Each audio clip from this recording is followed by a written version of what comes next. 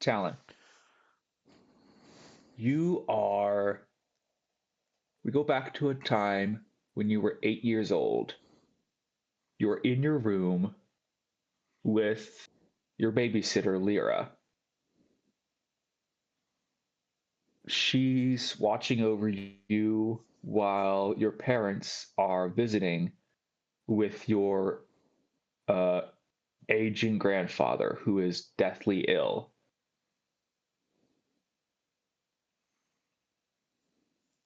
You hear a knock at the door. A messenger has come and delivered a message to Lyra, who then turns to you and says, "Buddy, we've got to go. It's your grandfather. You need to come up and say goodbye."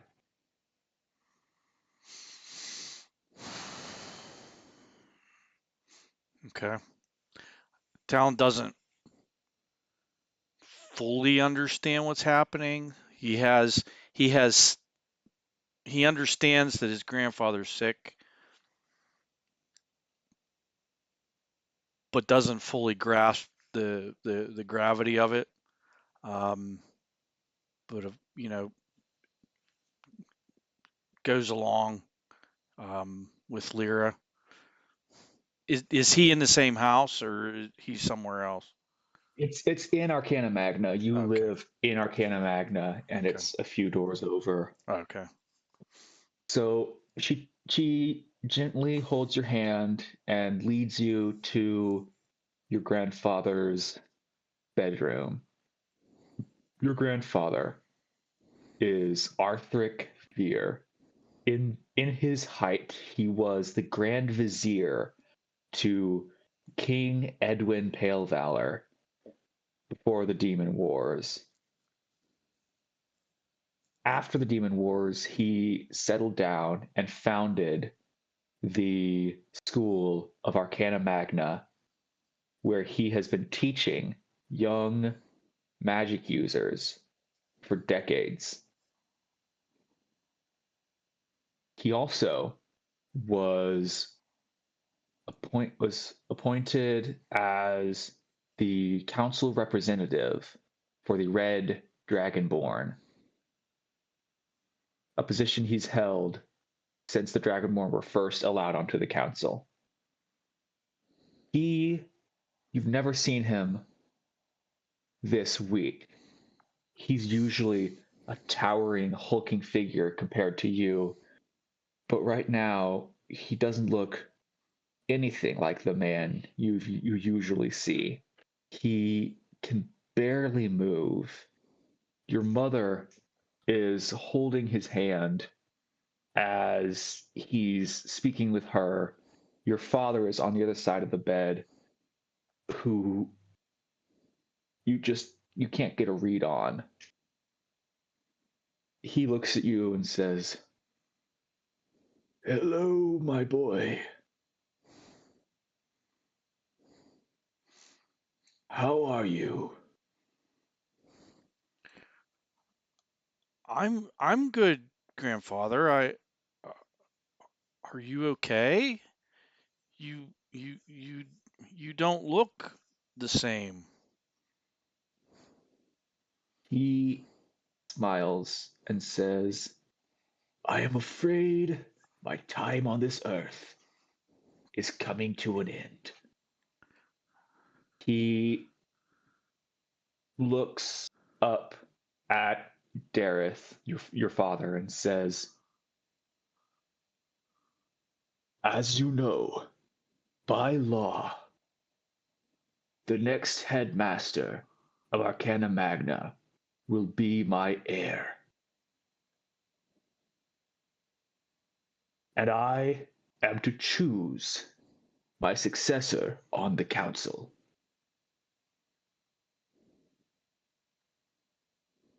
While I cannot appoint anyone else to my position at the school, I will not appoint you as my successor on the council.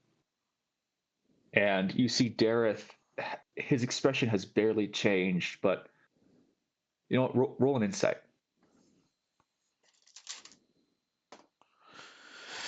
Ooh.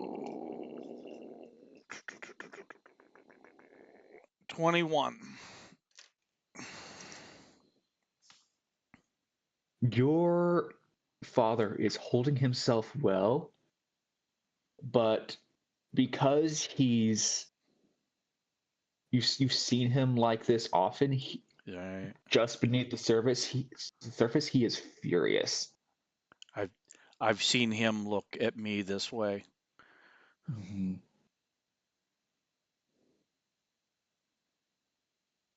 Arthric continues and says, "While you are indeed my son and my legal heir, you your failings have been too great to ignore.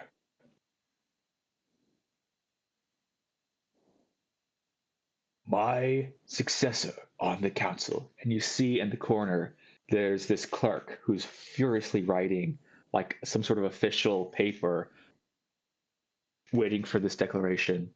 It says, "My successor will be General Valor Vin. He was my squire when I was Edwin Pale Valor's Grand Vizier, and his prowess on the battlefield is unparalleled. I know he will not disappoint me." And he looks up at Dareth, and it's clear that, like you did, is unspoken.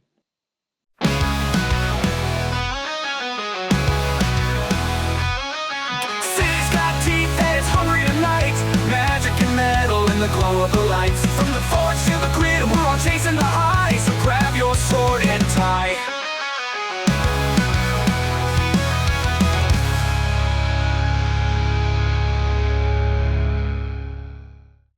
Now we cut to present day. Edmar, you just got off the Skytram, and you are heading to your cleric class. What do you do once you get there? Oh, well, with not having the best night's sleep and everything, I'm assuming I'm going to try to find a spot towards the back and hopefully not nod off. All right. You get a good desk at the back. As soon as you sit down, a trio of clerics comes towards you, and you immediately recognize this group as Aster Concord, who is a male human cleric of Saloon, goddess of the moon, Justicar Concord, his twin brother, who is a cleric of Tyr, god of war, and Elowyn Brightmere, a female high elf, who is a cleric of Lathander. Aster leads the group. He's at the front. He's just like, "Hey, Edmar, is your invisible friend here with you?" I'll double check to make sure that Lunaros is around at the moment. Oh, Lunaros is with Corvus. Oh, that's right. We sent him with him. Yeah. So, not at the moment. He's doing some other things. So it looks like another god has abandoned you. You know, this guy couldn't even get Saloon to acknowledge his prayer when he asked her to be his patron. And behind you, Elowyn sort of giggles at this, and Jessica sort of stands there stone faced.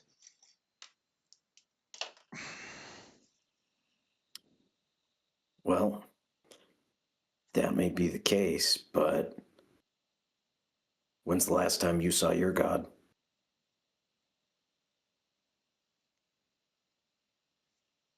Gods normally don't speak to their clerics daily. But Maybe they just haven't found a cleric worthy. When Saloon does speak with me, she tells me that Lunaros doesn't know what he's doing, and that no decent god would do it the way you're doing it. And he just sort of laughs haughtily and just walks off, and the other two follow him. And shortly after, you get a ding on your phone. Has class started at this point when I get the Class is just about to start. Okay, then I'll pull out my phone quick to check and see what's going on. It's from Lunaros. He says, they keep calling me the god of the top bunk. Top bunky is sending me angry emails. I'll quick text back. Who's calling you that?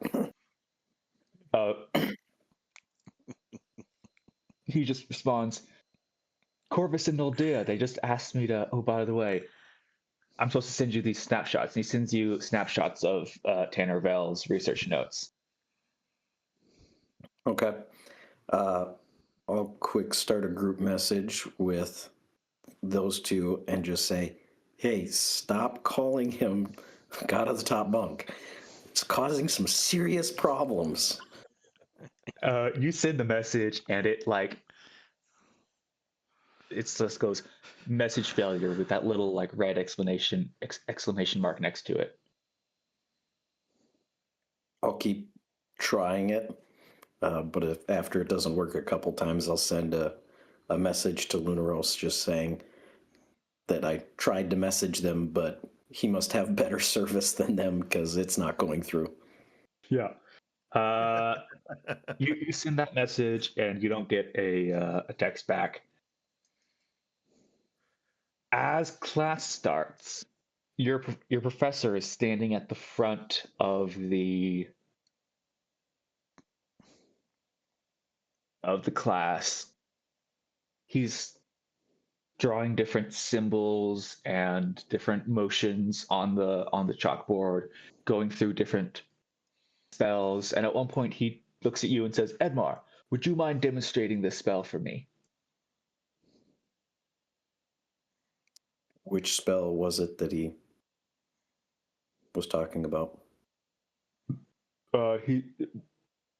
He's just teaching you guys a new spell that he wants you to demonstrate.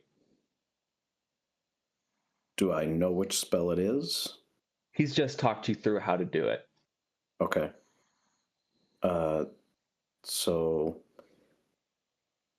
is it a cantrip level or is it higher? It probably should have figured this all out before I. What are your cantrips? I have. Let's see now. I currently have equipped guidance, resistance, and sacred flame. Okay, he's just taught you guys sacred flame, and he's having you come up and demonstrate it. Okay. So then I would ask, well, what do you want me to target? He points at the balcony where there's this large metal, just large cast of metal, and he's just target that. Okay. So I would turn, look at it, and grab the holy symbol, because I haven't tried this before when Lunaros isn't present. Right. And I would point at it and speak the words to make it happen. For a heartbeat, nothing happens. Then it hits you. You feel a sharp, tearing sensation in your gut, as if a part of you is being pulled through a space it was never meant to fit. Your breath leaves you in a gasp. You desperately try to hold on to your stomach, but you feel something leaving you. Your knees buckle as nausea and vertigo crash over you. And you begin to fall to the ground. And for a moment, you realize something is being taken from you. As you begin to collapse, you feel something supporting you, and with your blurred vision, you see Justicar has rushed to your side and is holding you up. And he goes, "Don't worry, Professor." And you realize you've never actually heard him speak before. "I'll take him to his dorm. I'll make sure he's okay." And he guides you out of the classroom. Am I still conscious at this point? You are in such pain that you're barely aware of your surroundings. After a while, he guides you to your dorm, and the pain begins to subside, and you become more aware of what's happening around you. And he just turns and says, "Edmar, are you all right?" Starting to feel a little bit better. "What happened back there?" I don't know. It felt like something was being ripped out of my stomach. That can't be good. Do you have the key to your door? I can let you in and let you get some rest. Yeah, and I'll dig around and find it and go in, I assume. You hand the key to him, or do you try to work the door yourself? I'd probably try to do it myself. Okay, yeah. You make a Constitution check to see if you're stable enough to do something as precise as fitting the key into the hole and working the door. The answer is no. That's a nat 1. That one. You like sort of fish out the key and just like try to get it into the door and just like drop it. And Justicar immediately catches it before it hits the ground, unlocks your door, and guides you in. And as soon as you guys walk in, you see this just flash of bright white light. And when it subsides, this man is sitting on the top bunk. He has a short black beard. He's wearing a suit and tie, and he is looking down at you with a mix of concern and sternness. Assuming this isn't someone I recognize. No, you don't recognize this man.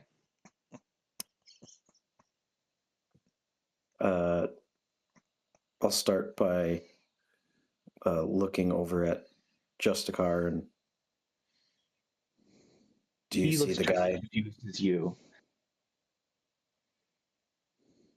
The guy on the top bunk? Yeah, I see him.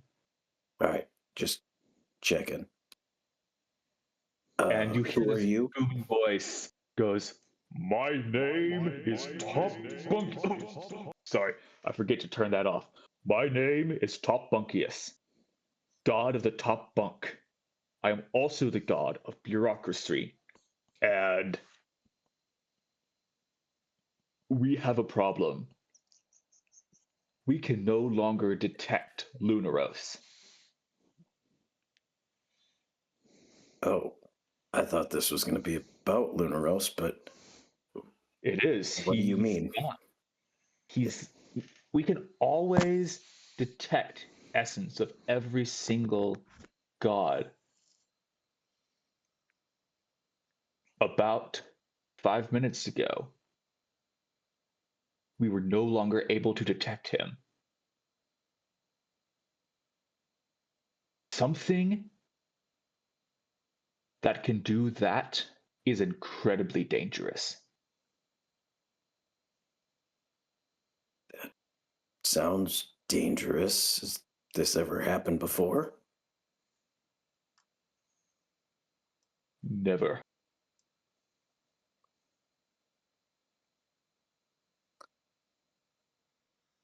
So that would explain the pain. Your magic has been stripped away from you, hasn't it?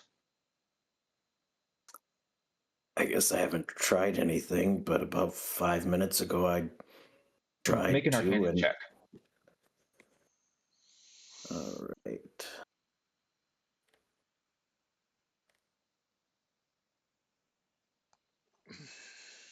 That would be a total of 19. As soon as he says that, you realize that the thing that left you and the pain was your magic flowing out of you and your connection to Lunaros being severed.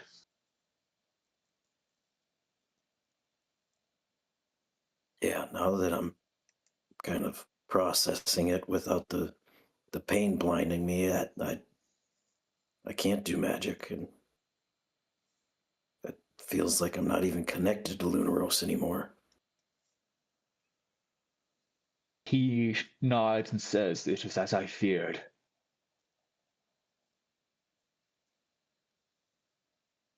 And we will now move over to Noldea.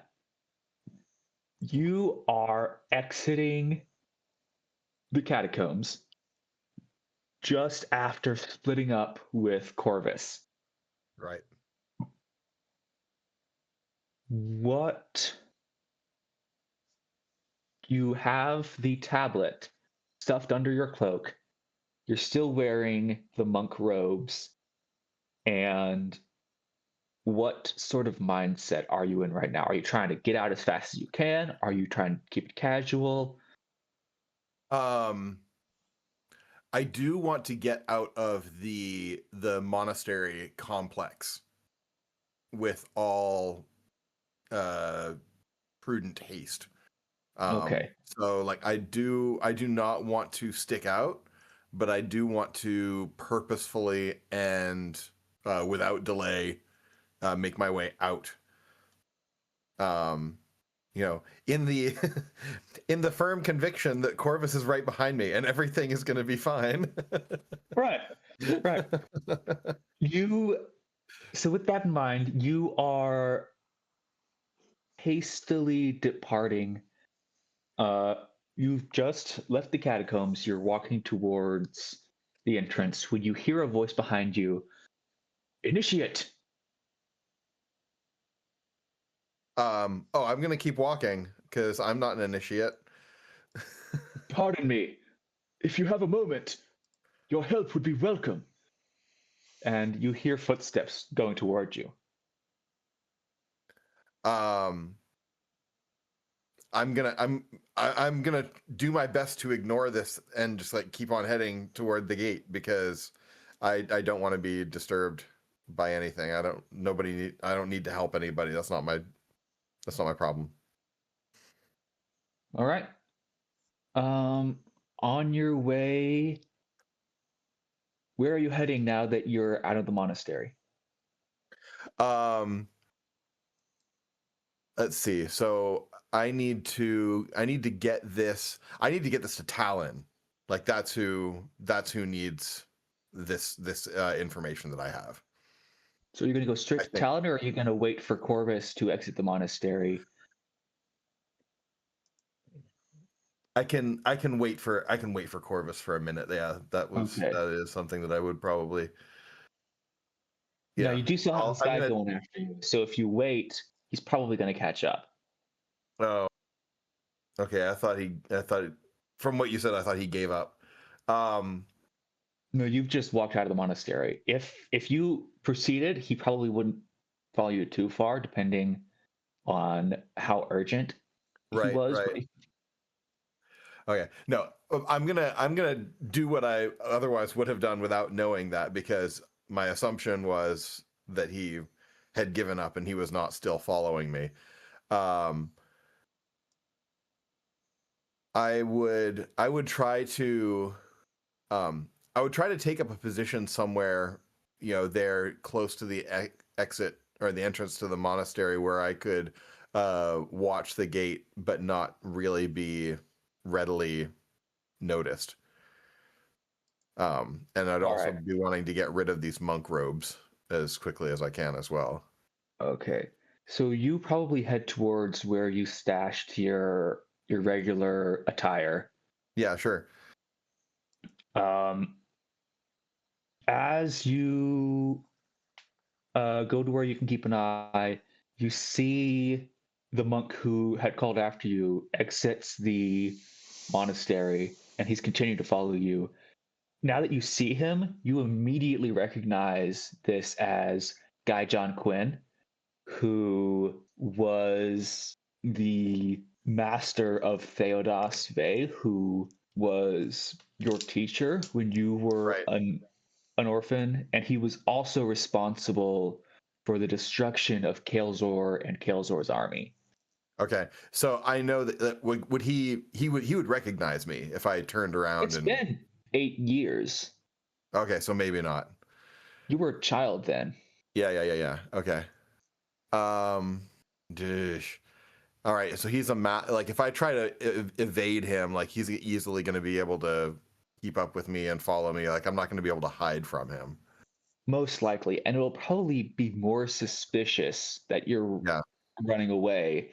At this point, all you've done is imply you didn't hear him. Right. I was deep in meditation or something. Mm-hmm. Um ugh.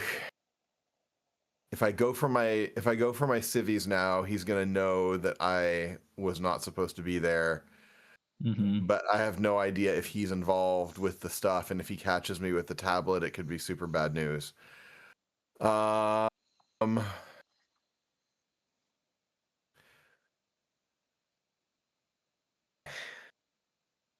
okay, I'm gonna walk like just sort of like casually past. Is there like an alley or something at hand? Like how far behind me is he? Do I have any I'd say chance? he's about 10 to 15 feet behind you. Okay, so I have I'm gonna no say chance of like go ahead and roll a stealth check if you want to duck somewhere to be unnoticed. yeah, it's gonna be a hard one though, probably. Oof. Mhm. Yeah, no, that is going to be a mere 12. Yeah. So and trying to evade him, you duck into an alley and you go across it and you see him jump down in front of you. Hmm. Initiate, is Ah, there a problem? Master Quinn, my sincerest apologies. I did not notice you.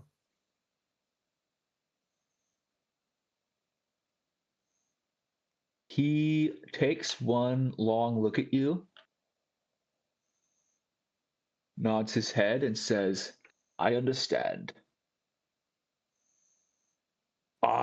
If you are not busy, I require your assistance in cataloging the latest donations. Well, I understand that the bookkeeping of the monastery is essential work. Um, I really must say I don't have much of a head for numbers, and I am on my way on an errand of some urgency. He nods his head and says, I understand. Thank you for your honesty. As he says that, your phone buzzes. I like turn around as if I'm trying to find, like, determine, like, where's that coming from? Who could this be? Certainly couldn't be me. And your phone buzzes again. This time it's clearly coming out of like some sort of pocket in your monk robes. Uh-huh. Yeah, like monks like straight up never ever ever would have a phone, correct? Highly unlikely. It's not in the rules, but most monks don't bother Right. themselves with technology. Okay. Oh, I forgot. Yes, this is I'm on my way to return this telephone to my friend in the city. He looks at you and goes, "Oh, may I see it?" Oh, well, it's not mine to give, sir. This is someone else's private property. I wouldn't say that's appropriate. No. He kind of gives you a stern look, like he make an insight.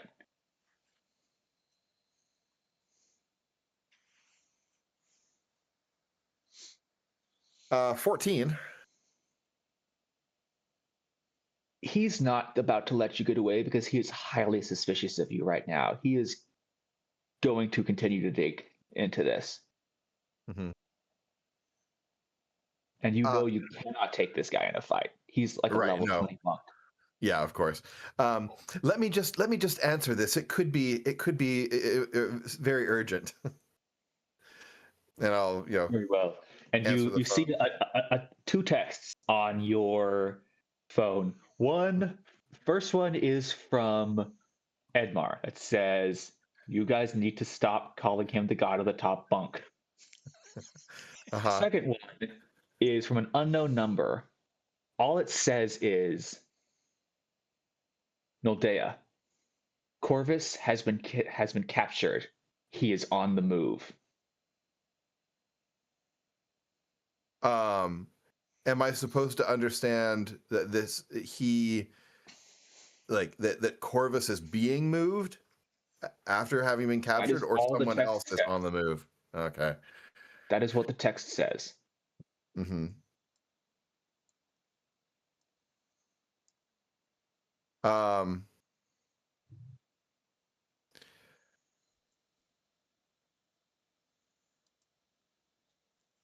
gosh.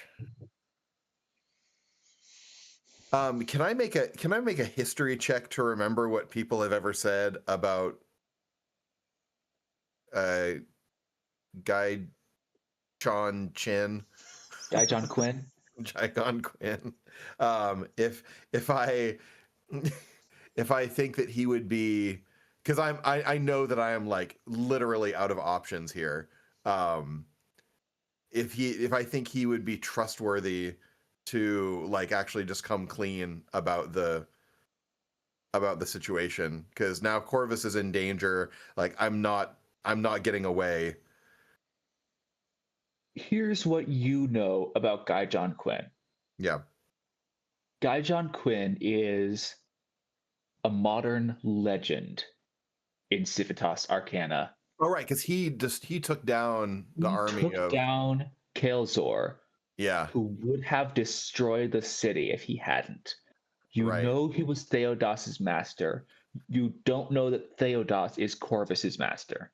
Because I right, don't okay, Corvus he's never mentioned Theodos, right? right, right, right, Right. So you wouldn't know that he has that direct relation to Corvus, but you know he's been in the past kind and understanding towards Corvus more than most of the monks were. That's all you right. know.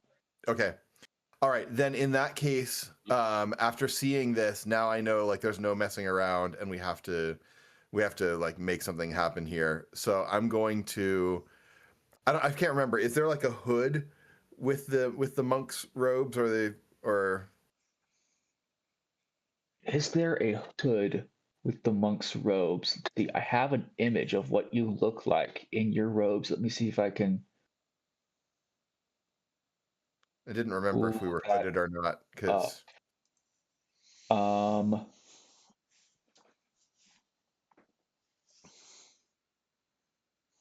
No hood. Okay, all right, that's fine. Then in that case, I'll just like drop all pretense and just say, Master Quinn, there's something very serious going on at the monastery that you need to be aware of. And I apologize for my duplicity, but now one of your monks is in grave danger. And indeed, the whole city may be. He looks at you with mostly curiosity and gentleness and gestures for you to continue. Okay. I've been investigating the disappearance of a tiefling from Civitas Arcana. And or no, from the grid. Disappeared from the grid, yeah. From the grid. From the grid. And that investigation led me to the catacombs under the monastery. We found evidence there of unspeakable experiments that have been going on. And I am afraid now that Corvus has fallen into the hands of the people responsible for those experiments. He nods and goes and says, "Thank you for your honesty." What? Actually, he just sort of takes your hand and says, "We must investigate this at once," and starts going back towards the monastery. I have friends at the grid who have been helping me and who could be of assistance with this. I would very much like to update them on what is happening. I know they'll be concerned about Corvus as well. He says, "I understand that, and it is important that you work this with your colleagues, but you know where, if I can find this place you found, Yeah. I can help you." Okay.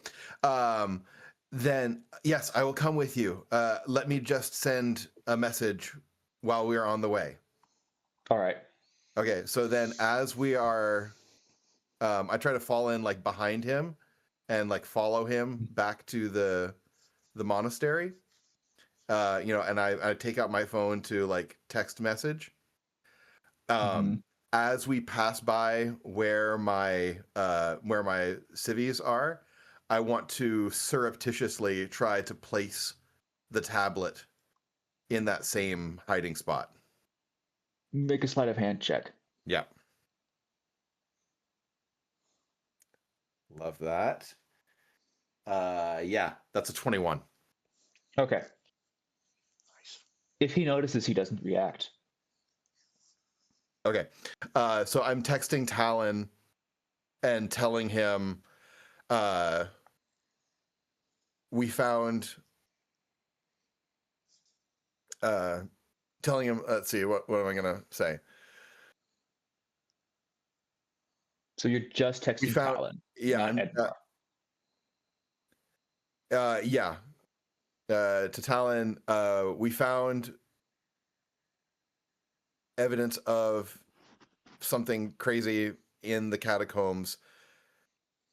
Corvus has been captured. I am with Master Quinn, and we are going to investigate. We're gonna try and find him. So as you make it to the catacombs, do you bring him to the study? Yes. Okay. And he sees the room. He's looking around, and he says, "Did you find anything in here aside from what's already here?"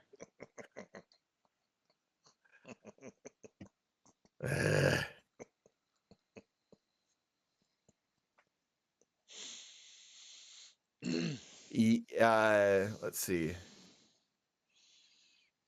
Help me remember real quick. When we were leaving, we heard noises.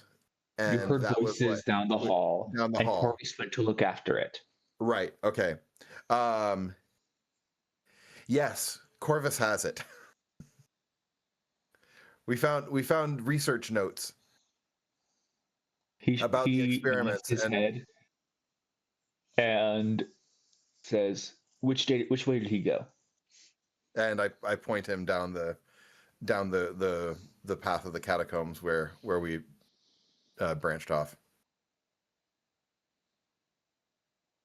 As you go down that way, and at the end of the hall, there's a little right turn, and you see a figure lying on the ground against the wall. As you get closer, you recognize Tannervell as the individual. He's bleeding out of his abdomen, and he is dead.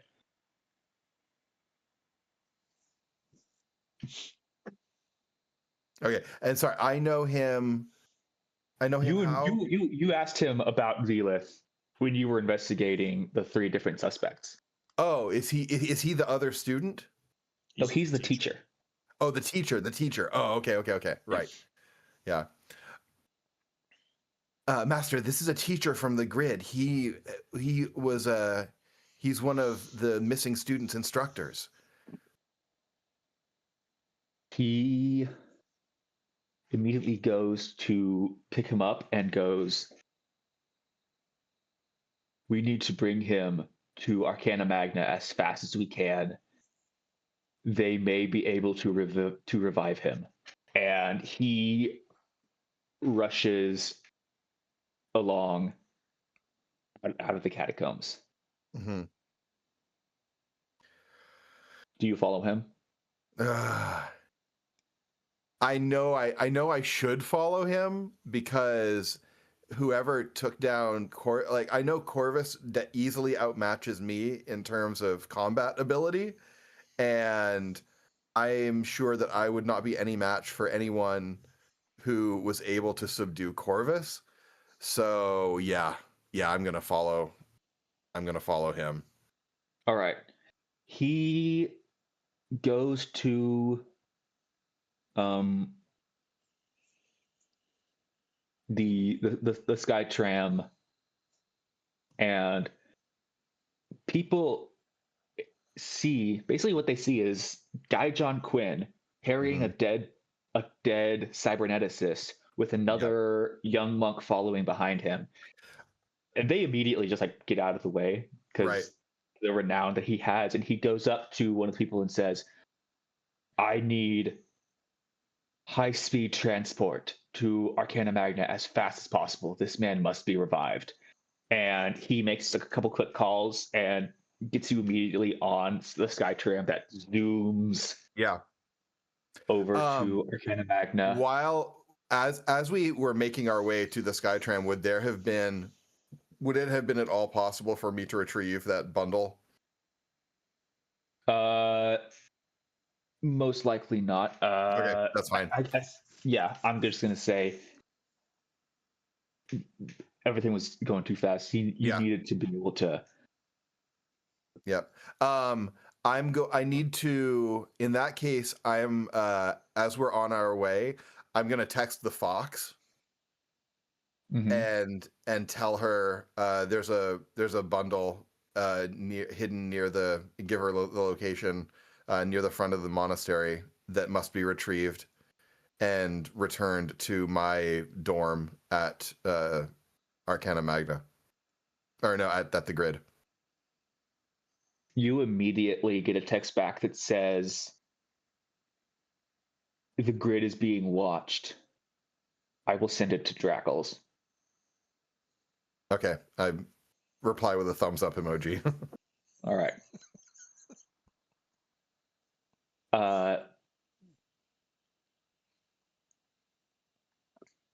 He's you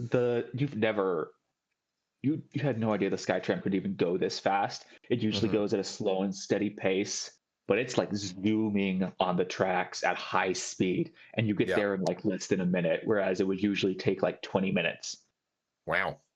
And he rushes out, still carrying Tanner's dead body, and tells somebody at the front, I must speak with Morelin Veer immediately.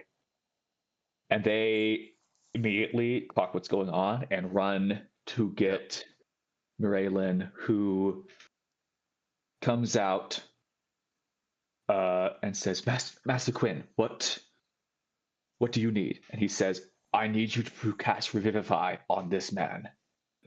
And she goes, yes, come into my study. I've got some crystals that I can use.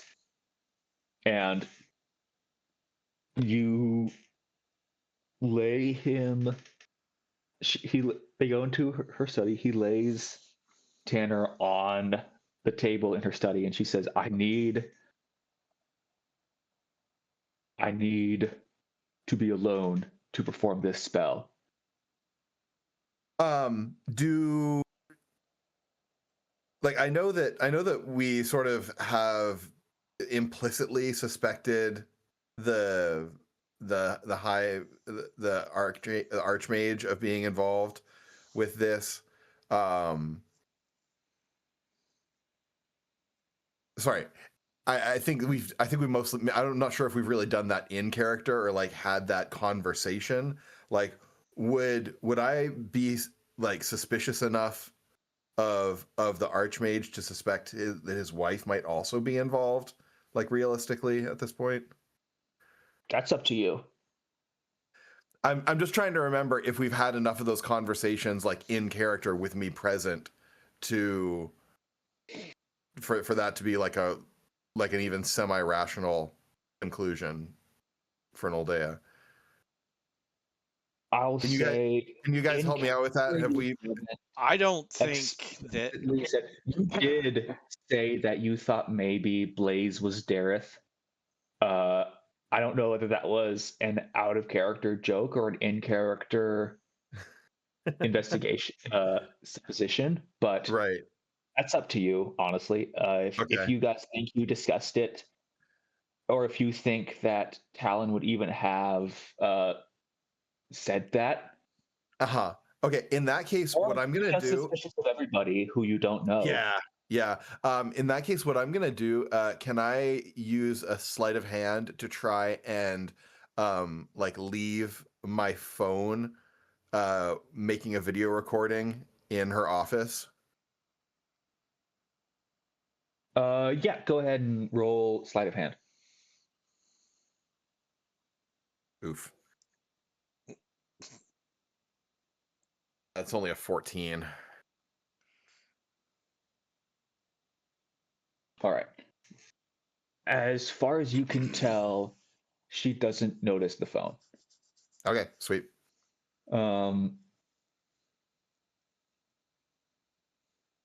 So you just like click it to record or something? Yeah, I just like open up the camera app real quick and start a video, and then just sort of try to leave it, where it's not going to be immediately noticed, but with the lens sort of basically. You're trying to capture facing. video, or you're just going to try to record the audio of what's happening? I'm trying to capture video. Okay. Yeah. Yeah. So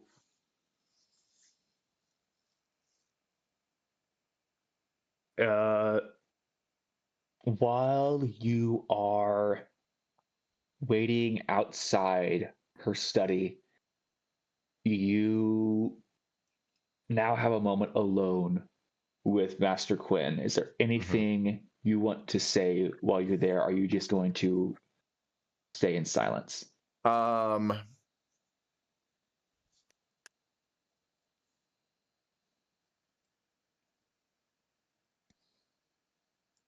I think that I would definitely, since I know that he has basically at least had some goodwill toward Corvus.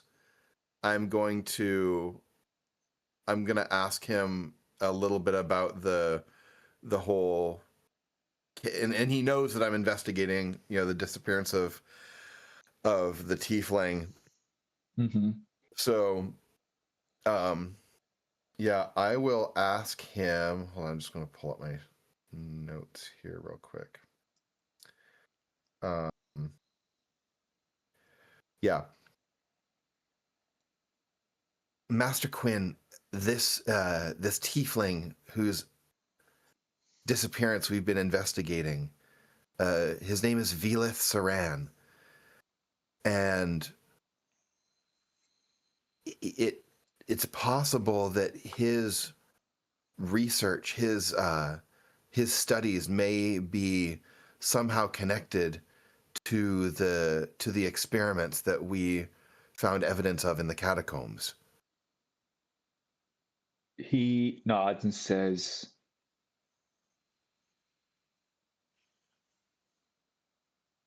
yes, I am aware of Saran. I was the one who approved the mission sending Corvus to investigate. That's good to hear. I don't know anything about what was going on in those catacombs. It puzzles me how someone from the grid was able to infiltrate the catacombs without any of the monks knowing. Quite We, concerning.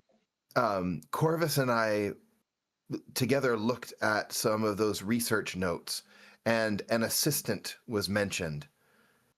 It seems possible, even likely, that that assistant must have been one of the monks. The monks, the note said that the monks believe that this research is bringing the dawn. You can see he starts to look a little pale and says, it can't be.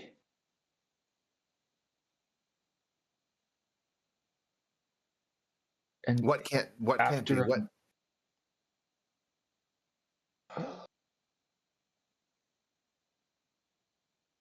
bringing the dawn was a phrase that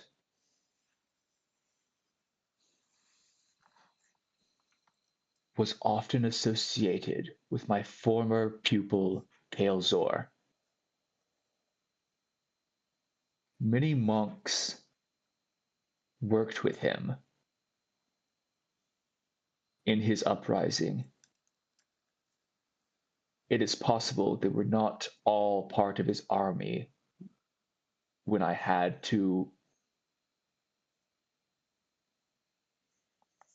was forced to take their lives.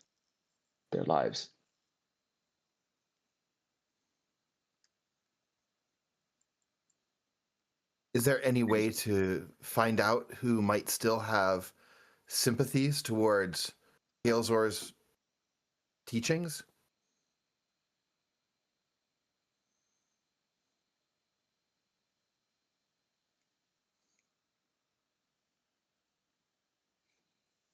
Roll a flat.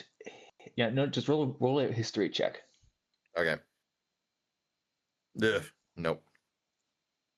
4. Okay. He thinks for a moment and says, I am concerned that if I did not pick up on it in the past 18 years, I am not sure how to learn their identities.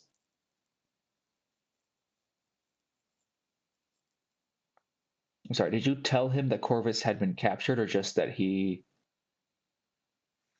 I said, yeah. I mean, I told him that a monk was in grave danger, but then later I did mention Corvus by name. Okay.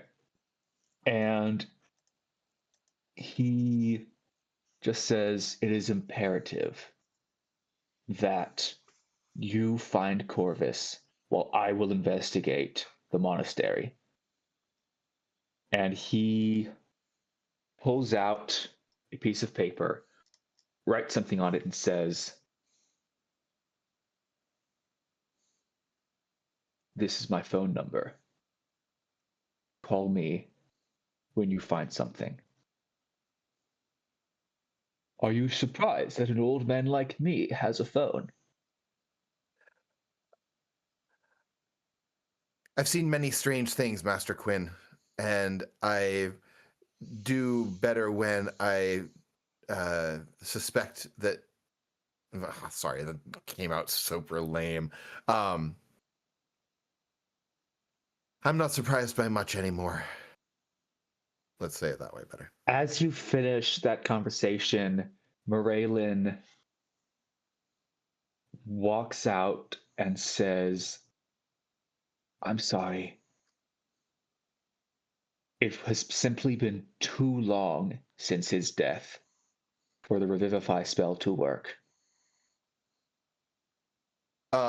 Can I, let's see, can I make an Arcana check? Yeah.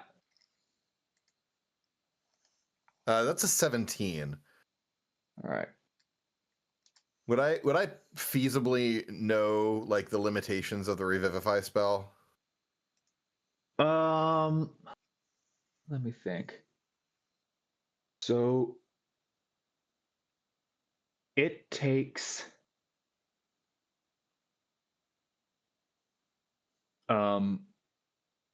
most Revivify spells you you take 10 rounds, which is 60 seconds. Right.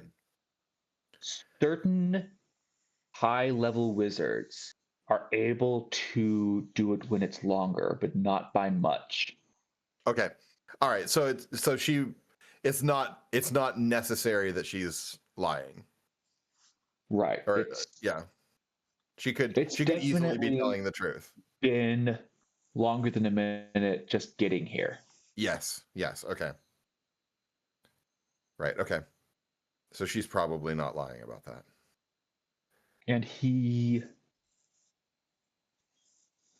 just says, well, thank you for your assistance. Okay. Would you mind speaking with me for a moment? And he sort of takes her out into the hallway. All right. Then I'm going to duck back into the office and grab my phone. All right. And Tanner Vell's body is still there on the table. Is there Can I anything loot the body? No. if you want? That's what I was asking. Like, do you want to like investigate or I do would. anything? Okay, no, but in seriousness, I would actually want to at least glance at the body and see if there is anything that like looks hyper suspicious that would help us. Okay, roll investigation. 9. Yeah, you dig around and he, I don't dig too deep. whatever he came to the catacombs for, he didn't bring anything with him unless he Right. put it Okay. somewhere else. Yeah. There's like a few gold marks in his wallet, but other than that, Okay. Well, he's not going to use them. I'm going to go ahead and take the marks. do you leave the wallet or you take the wallet? Oh no, I'm going to leave the wallet 100%. That's Yeah. Okay. That's suspicious for his wallet to be gone. Yeah. Okay. Add five gold to your inventory. Okay. Yeah, and it doesn't take you long to determine that he has nothing on him and take your phone. Do you check the recording or do you Not right now, but on my way to go see. I'm going to go to see Talon now, and so Okay. as I'm on my way to see Talon, I'm going to check the recording. Okay. Before we get to that, I'm going to cut over to Talon. Talon, you are in your father's office. You are sitting there with Rogar Vin, your roommate at Arcana Magna, a female changeling bard named Sorale Evershade, and an elf hacker named Elios Cover. These three have been assigned by Dareth to work with you on your investigation into Blaze and the Dragonborn, the controversial group of bards that Dareth once investigated and hopefully arrested. He has just finished introducing you. When he introduces Elios, the hacker, he says, you look a lot like this kid from my school. And Rogar sort of bangs into his side and goes, oh, what? Whatever. And as I'm gonna say, I bet you think all Dragonborn look the same. and roll intimidation. Oh, that ain't bad. That ain't bad.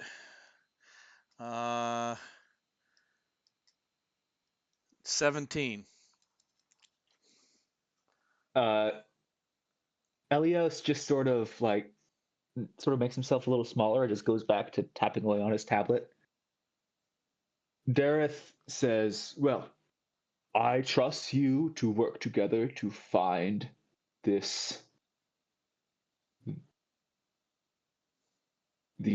blasphemers, and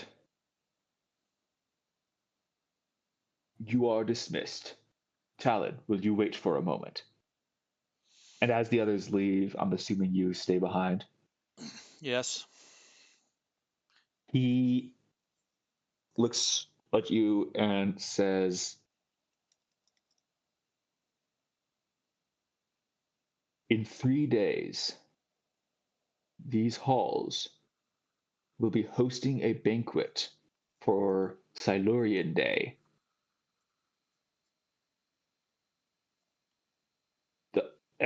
All the members of the council will be there. Make sure that you are there and that you make yourself appear useful.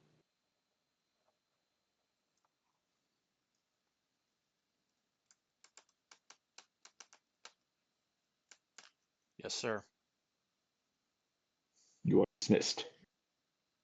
And as you leave, you get that text from Noldea. Oh no, you probably don't have your phone on you. Well, here's a question I have, okay? Because I know he is very much opposed to me messing with technology. Would that include a phone, or is Well, absolutely. a phone? So if I had a phone around him, he would be He would flip out. okay. Then I don't have because I said I left all my tech back in my room, so I don't have my phone with me. Mm-hmm. All right. But it's in the room with Edmar right now. Okay. So you get back to your room, I'm assuming. Yeah. I kind of wanted to go back and talk to my mother, but she's probably in the middle of teaching class at the moment. Or trying to raise a dead guy, one of the two. You have your conversation lasted a lot longer in between sessions, so she's probably just about finishing up the class. Okay. So if I think I can catch her at the end of class, I'd like to swing back and ask her something. Okay. So as you are on your way to class, you run into Noldea wearing her monk robes and walking towards you. Linda, we meet again. Why didn't you answer your texts? I can't carry my phone around with me. This isn't the grid. Things are different here, especially. Okay. Shut up. Corvus is kidnapped. Wait, what? And And the What? cybernetics teacher is dead. How was Corvus kidnapped? Were you with him? Did you leave him? He was right behind me, and then I turned around and I met up with Master Quinn, and we went back to where we had been, and he was gone. Oh no. So, okay, we gotta let's go grab Edmar and we gotta go find Corvus. Yeah. Okay. All right. All right. So I'll forget about I'll catch up with my mother some other time and go with Noldia back to the room to get Edmar. Okay. Corvus, you awaken. You have just you saw this woman who claimed that her name was Lyra Vane and that she was a friend of Talon's right before she knocked you unconscious. And you awaken in this long rectangular room. Around you are a male and female Aarakocra, a tiefling, and right next to you is a human male. Make a history check.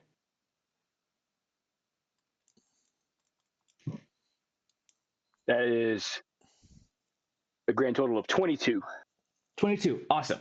You recognize the two Aarakocra and the male tiefling as the 3 students that the monks took at the warehouse battle 2 sessions ago. But you do not know who this human is. Okay. And they are all coming to about the same time. Okay. I'm gonna try to move. Am I like bound or tied up or anything like that?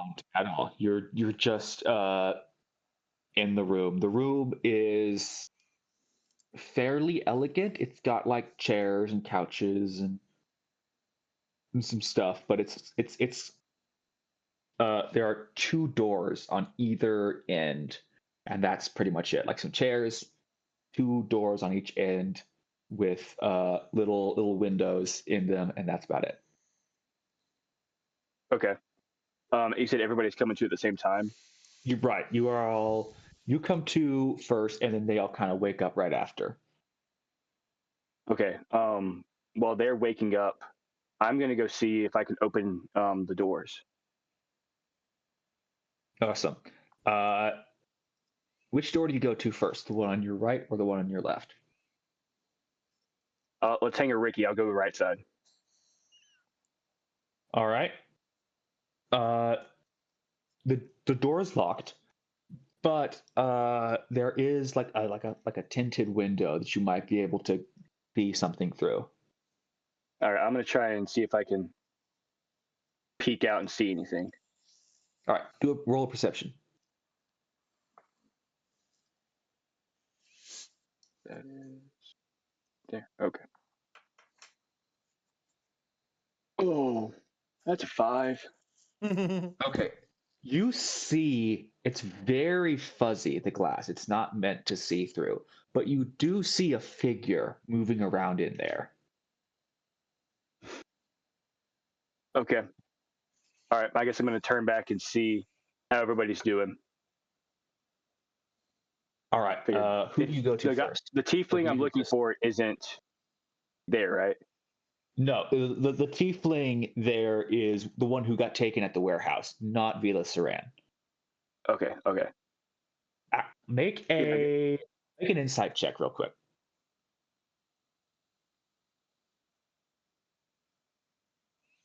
So you guys ever have fun dice where it has little has little inserts in the top like this, and it can land on that little insert in the top, almost like a cone. It landed on it. It landed on that balance and then rolled to a nat 20 as soon as I started showing you my dice. Wow. Yeah, I've got so insightful. some like that as well. So not 20. Yeah. The two Aarakocras and the Tiefling are all cyberneticists, but the human is not. Okay. It's gonna be, I guess, a funny D and D joke, but I'm gonna do it for real. What's it? Sorry. I'm gonna ask what that. I'm gonna ask. I'm gonna turn to the human and ask what his name is or her name is. Is it male or female? It's male. He's about your age. He looks very confused and just he thinks for a moment and he says, "Lenny? I think it's Lenny. I don't remember. I don't remember anything." Oh no. Okay, Lenny. Everybody else, does anyone know how did y'all get here? The male Aarakocra, who's kind of like buff, and he's got all these like cybernetic parts on like his wings, like his eyes, everything. Mm-hmm. He goes, let me think real quick. He just says, "I was at a concert, and the Cyberknights tried to raid it. When I asked them what they were doing, they knocked me out, and the next thing I knew, I was waking up here with you." And the other ones say the same thing. Like they all the female Aarakocra, she saw him being knocked out, so she went to see if she could help him, but she got knocked out too. Woke up here, and the Tiefling said, yeah, he was also trying to stop the Cyber Knights and awoke here. Okay. Yeah, I thought I recognized you guys. I was at the concert too. Oh, you got taken by the Cyber Knights at the concert? No. I almost killed my best friend who was a cyber knight, but he's actually a monk. It's a whole long story. Anyway, does anyone? Guys, I'm a little confused. I don't know what to do right now.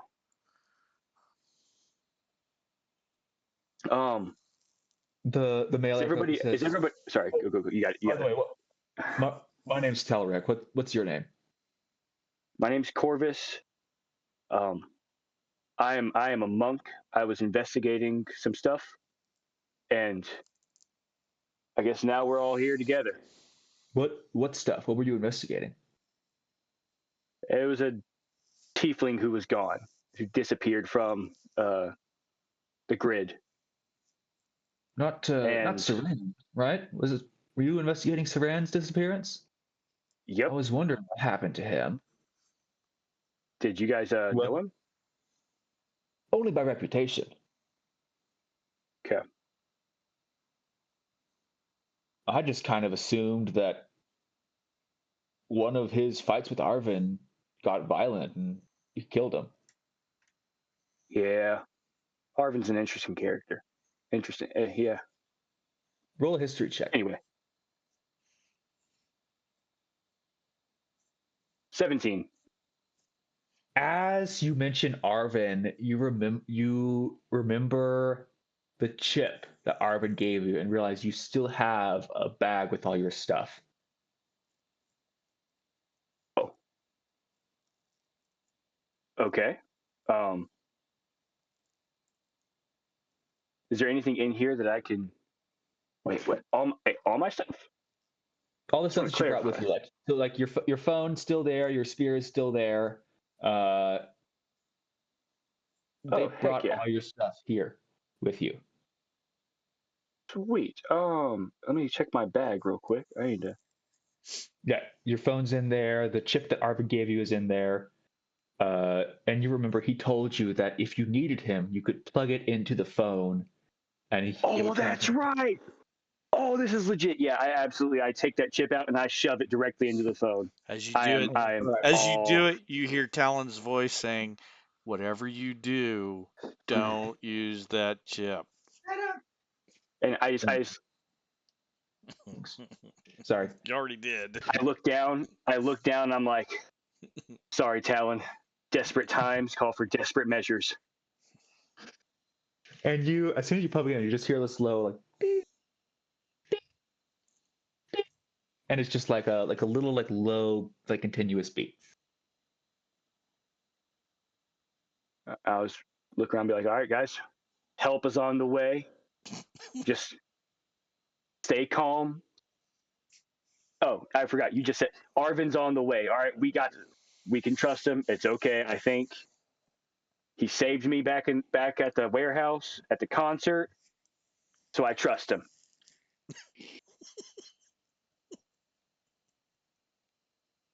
Love it. Anything else you want to do before we move to the other characters?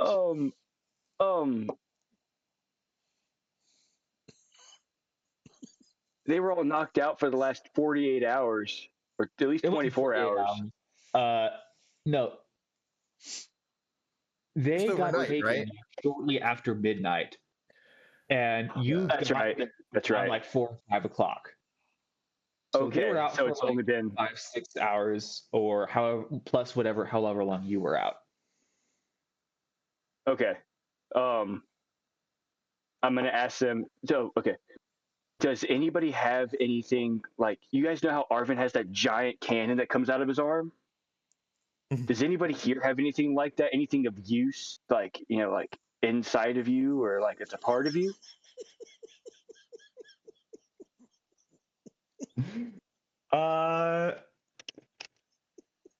The big guy says, I mean, I've got this little like this thing like just pops out of his like forearm here. Like I got this, but that's just like a laser pointer Oh, that and like it shoots bullets. okay. It shoots Wait. bullets. It has like a laser sight and it shoots bullets. Okay, a laser pointer. You mean a laser sight? That was a whole roller coaster. These guys are socially awkward techs. Okay. In case we come up against any So cats. We're talking to. I got you. Okay, so these guys, they have fun technology. They have no idea how to speak about. Okay, they're scrubs who don't know how to express themselves, but they have cool things. I got you. Yeah, I got you. And the female Arkokra says, I mean, my eyes, I have a chip in my head that can emit a high pitched scream. You want to hear it? Can it break glass like a window? No, I haven't found the right frequency yet. Okay, we'll work on that later. No, I think I don't want to hear it right now. My head's still ringing from being electrocuted and knocked out for the last however long I was out. So we'll just we'll work on the frequency thing in a little bit. All right. And that's that. I'm done. I don't want to do anything else. I'm annoyed with these people who called a laser sight a laser pointer. It was like, oh yeah, and it shoots bullets. Come on, man. Corvus built an army of mundane cyberneticists. I think the best part was, do any of you guys have anything inside you we can use?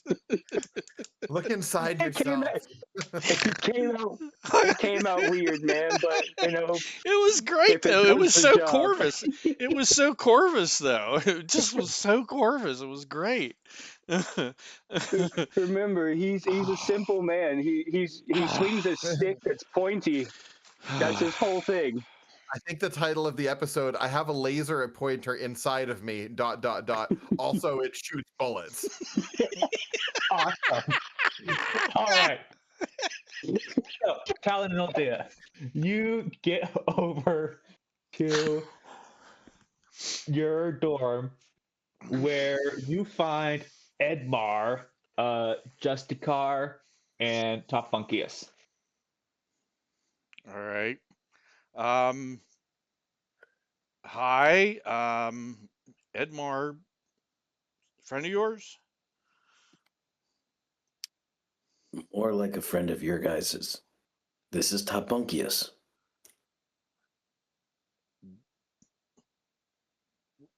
But we can see him. You see him, right? What's your point? Like I nudged little day. I'm like, you see him, Linda, right? I kind of wish I didn't see him. This is a complication we don't need right now. All right.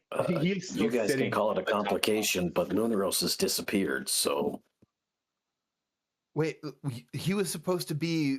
Yeah, where was he? He was supposed to be watching with us. Where'd he go? that's why Topbunkius is here. Even the gods don't know. Something's happened to him. He's been cut off from his connection to both us and Edmar. Wait, does that mean you don't have access to your magic now either? Yeah, pretty much. Well, this gets worse because Linda says that Corvus has been captured. And we have to find him. Listen, Edmar, you're a nice guy, but if you don't have any magic, I don't know how useful you're going to be right now. How about mean- top Bunkius? Can you got magic? Can you help? Oh, Do you have anything? yeah, just, do you have you know, anything inside of you like, I'm just gonna that could take help any us? old- like, I'm just gonna take any old adventurer and just make him my cleric. The last cleric that I took on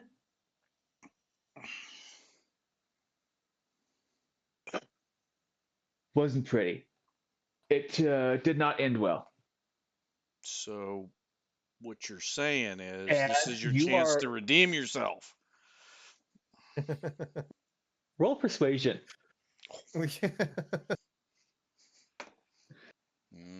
Not great.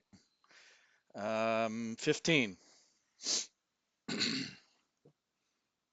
mean, he is the god of bureaucracy, so He just I came at it all wrong. Came He in too hot. just- does a flick of his wrist, and like this long scroll comes out and says, "Edmar Pale Valor of the former House of Pale Valor. Do you?" And he reads off like this long contract about like liability. We're and, like, can you uh, give us the abridged and version at the end, here? like yeah, basically it goes like, you agree that any damage come upon you by any spells cast by you or others are not the responsibility of Topbunkius, and that Yes, this, LLC.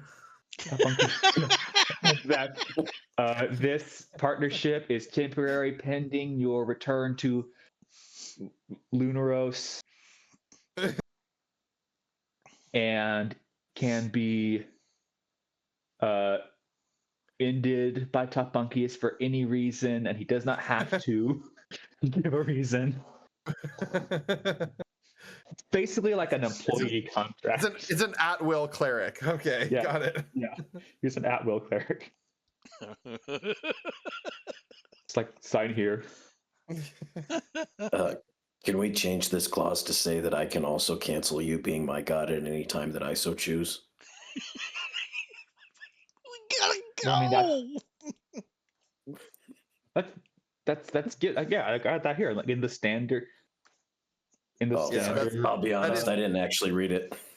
That is actually part of an at-will contract or Yeah, that's at-will one of the employment. that's Like, one of the standard. This is like your basic standard contract for. Did you not go through with this with Lunaros? What? Are we supposed to? No. This is the first time I've seen a document like this. How did you become his cleric? How did you become your patron? He said, "Hey, do you want to be my cleric?" And I said, "Sure." That was about it. You mean to say that Lunaros entered a verbal contract? I mean, No, those aren't What is this? 200 years ago? We have rules now. Anyways, if I sign this, it's not going to be like in my own blood or something, right? Oh, why would you? I was. Here's my will. I mean, And here's an movies, you know. Well, This is my first time, so. No, you're a well, cleric, not a warlock. yes. Maybe he's multi-classing. that makes sense. Yeah. There are no Right. warlocks anymore. For there to be a warlock, there'd have to be demons, and demons were all killed in the demon war. Anyways, I signed it. Do you need something else? Awesome. And you feel this like immediate like wave of energy between you two. So, are you going to give me like a holy symbol now? It's the pen. No, he sort of waves his hand, and your locket changes to be like a double. Stapler. No. It's now a bunk bed with with a contract like for a blanket. Yes. That's really good. All right. Cool. So, I don't know how this normally works, but can I get your number now, or you gonna follow me, or how does this work? Because Lunaros just gave me his number. This is just until I help you find Lunaros. I don't know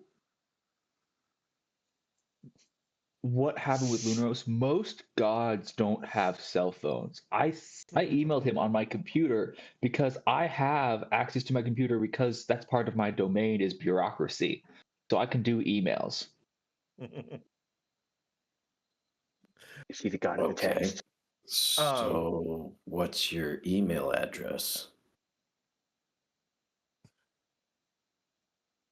My email address is topmonkeys@topmonkeys.com. Surely.org. Sorry, never mind. No, .org was taken. Bunkiest.org was taken, and the god of bureaucracy doesn't have his own .org address. That's fantastic. Pending the finalization of the lawsuit. Mm-hmm. Well, I bought the domain through my last cleric, but when we parted ways, he kept the domain and wouldn't give it up. Oh, so it's not that he came to a violent end; it's that you had legal troubles with him. That's why it was not pretty. This could be interesting because I don't know how good I'm going to be with bureaucracy, but I'll try. Okay. Listen, since you are the god of bureaucracy, is there some kind of paper trail tracking that we can do on Corvus to maybe help find him now? Look, tell me what you know, and I'll see if I can tell you what I know. And you see, and Jessica speaks up and says, how many gods just have conversations like this with their clerics? I mean, it happens all the time for me. I don't know. And Top Monkey says, no, minor gods do this a lot more than those snobby major gods like Saloon and Tyr. And no offense, but Tyr's a big snob. He talks to his cleric the minimum amount required by God law. All right, so I, basically just quickly convey what we know. Yeah, I'll say unless there's specific things you want to like omit or do, you just say we covered everything that we know. Yeah. You've got No. the Is Justakar hanging out tablet for this, sent or back is he to disappearing? Drackles. Sorry? Is Justakar hanging out for this, or is he leaving? I mean, he's still with you. He's kind of like shocked and surprised, but he. Yeah. Oh, oh. So I have a tablet that had research notes. Can you find out who it was registered to? I've Does that got fall pictures of it on under? my phone if you need it. Without the tablet, I can't do much. Do you have the tablet on you? We can retrieve it. Will pictures of the tablet work? No, I'd have to touch the tablet to learn its bureaucratic history. Fair enough. Where do we go to get it? Yeah, wherever Drackles is. I forget where that is in relation to Breachgate. the grid. Yeah. Mhm. Yeah. Yeah, it's in Breachgate. Awesome. You gonna go to Breachgate? Yeah, let's go get the tablet. Yes, can I please finally get out of these ridiculous robes? I mean, I don't have a spare set of clothes for women here, but you can raid my No. roommate's closet. The No, my your clothes are in Breachgate with roommates the are all tablet. male. Let's go there. Monkey says, "I can make. All I can do is put you in a three-piece suit." I That'd be usually funny, like to do be it. a little more discreet than that. Gray only. You sure? You snapped his fingers and you're wearing this like nice three-piece suit. He's like, look at how snazzy that is. I should be wearing a three-piece suit. Shoulder pads and high heels, and she's like, "No." All right. You're back in your monk robes. Edmar definitely stole a picture, though, whenever she was in it. Okay. All right. So I'm let's guessing you get guys take the Skytram over to Breachgate. Yeah, let's get the Grackles. Yeah, while while the contract negotiations were going on, I grabbed all my stuff. Jessica goes like, "Do you need help? Can I help you guys out?" Or Okay, so for Noldea, like this is all supposed to be happening on the down low, and too many people know about it already. So, he's asking Edmar, oh, okay. but you can't jump in. Like you could respond, but I mean, kind of up to you. Do you want to, you are following the God of War. Do you want to potentially beat up some people? yeah, sure. All right. Don't tell your brother. He's a jerk. Yeah, I know. Noldea is going to just kind of roll her eyes and say, "I guess any sort of stealth approach is going to be off the table then." Hey, I can be stealthy. I can't. Yeah. I mean, it's different than a rogue's kind of stealth, but I just make sure there are no witnesses. I can maybe do that kind of stealthy. I'm kidding. No, I'm actually quite stealthy. All right, let's get to where we're going. Okay, you make it over to Breachgate, and you get to Drackles, and he's sitting there at the front. At this point, there's a bunch of customers there having breakfast, and you go to your usual table. You and Drackle have this whole thing set up where you go to the table, and he, in Thieves' Cant, has discussions with you. Right. So I ask him about the package. There should be a package waiting for me. He nods, and he goes, "So what's with the guy to the top bunk?" What's he doing here? As you know, he also is the god of bureaucracy, and so he has some business. If you don't want him looking too carefully into yours, maybe just bring my package.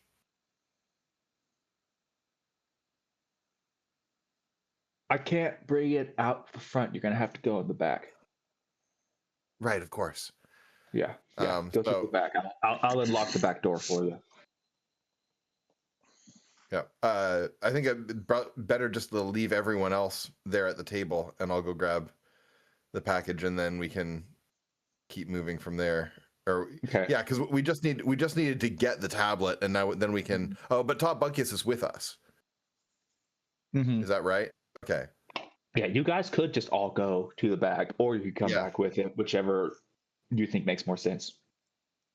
I don't know. Having a whole troop of people like go out through an ostensibly locked back door seems like it's drawing too much attention. This is Breachgate. Stuff like that happens all the time. Oh, okay. Yeah, then whatever. This is like the crime, the crime area. Oh, okay. So you got All right, fine.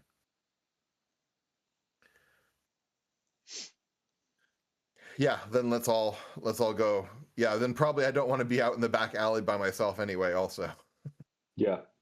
All right. So you guys all go through the back, and when you get there, you go in. You see that Nyx and Kyle are still tied to the chairs. Good. Are they still alive? And he hands you the tablet, and he hands you your robes. Okay. I'm gonna hand the tablet to Top Bunkius and then excuse myself to get dressed back in my own clothes. Once you get back, he looks over it and goes, This was owned by Tanner Vell. It was leased to him by Chancellor Myra Corrin for school use. School use or school use? School use was what school, which is what the official papers said. Okay. Oh, that reminds me. So I bring out my phone and I pull up the video recording of what happened when she ostensibly was casting Revivify on him.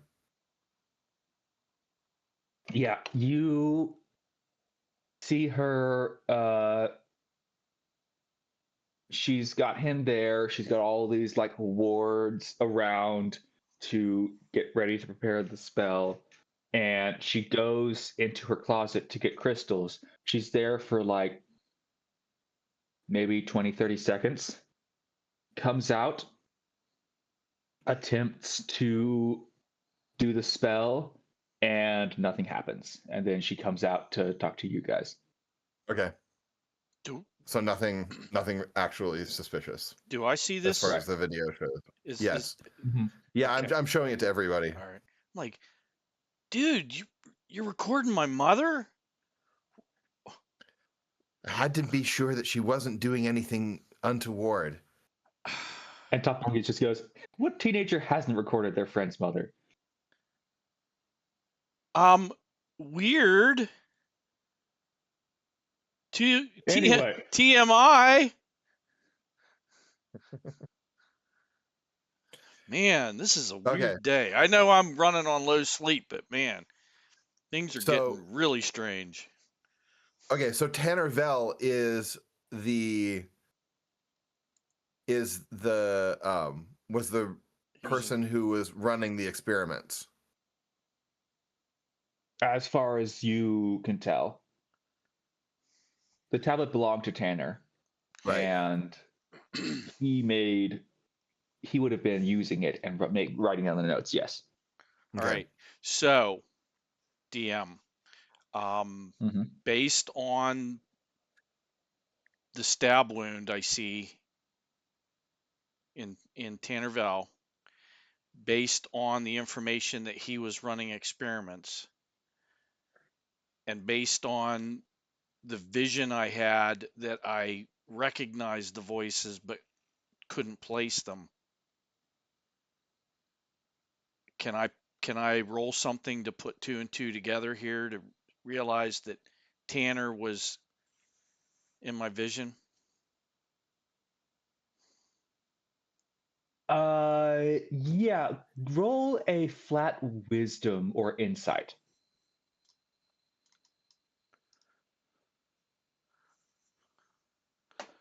That's a 22. Man, Yeah, it's hot dice clear today. that the first figure in your vision was Tanner, but the Okay. second figure is still unclear. Still unclear. Okay. So I'll relay that to them, that the vision that I had earlier that kind of shook me up, I'm almost certain was of Tanner at the moment he was killed.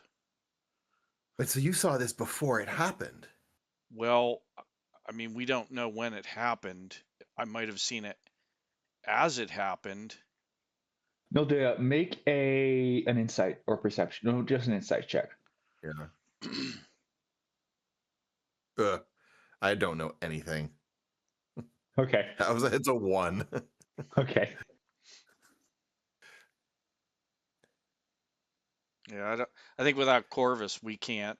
I don't think we can put a time on when it happened. Mhm. Can we? I don't think we can. So I'm not certain if I saw it as it happened or if it was a premonition. At this point I don't know. But I saw it happen. I heard the conversation, and I saw the knife. I saw the attack, and now I know it was Tanner. Is there any part of your magical training that would have allowed you to do that? Do you know how it happened? Well, my training, no, but this is something that runs in my mother's family, and until now, I had no idea that I also had it. If I even have it, I'm not sure. It's it's a long story. It's hard. We don't have time right now, but I think maybe it's something that I was on my way to talk to my mother about this when I ran into you. Well, now that we know that she gave the tablet to Vel, maybe it's not such a good idea to tell her a lot about what's going on with this. No, she didn't give it to him. The Chancellor of the Grid gave it to her. Right. My Miracor. my mother my sorry. mother is an school instructor use. at the Arcana Magna. Sorry, I confused the names. I'm sorry. Yeah. Because her name also starts with an M, doesn't it? Mm-hmm. Yeah, okay. My bad. Okay, but we're still nowhere on trying to find Corvus. Maybe we should go back to where he was abducted and start there. Master Quinn is already doing that. Drackle Maybe we should talk says. to him. Drackle says, "You say the tablet was given by Chancellor Corrin." That's right. Let me show you something. And he brings you over to this computer that he has in the wall. And he says, now, it's several years ago when Chancellor Corrin was a student.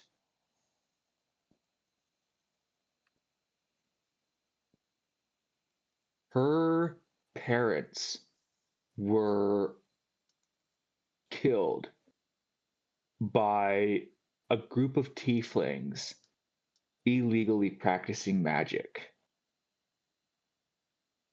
And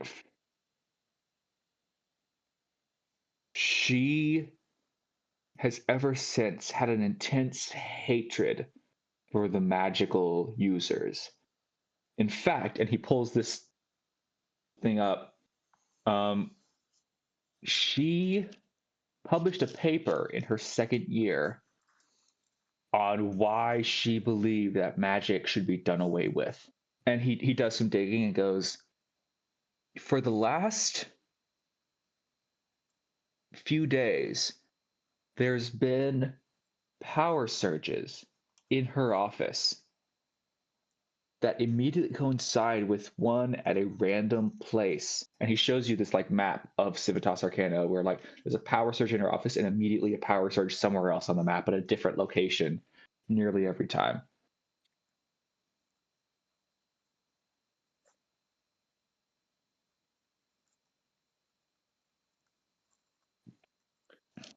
Why are you tracking this, Drackle? Hey, I sell information. This is my job.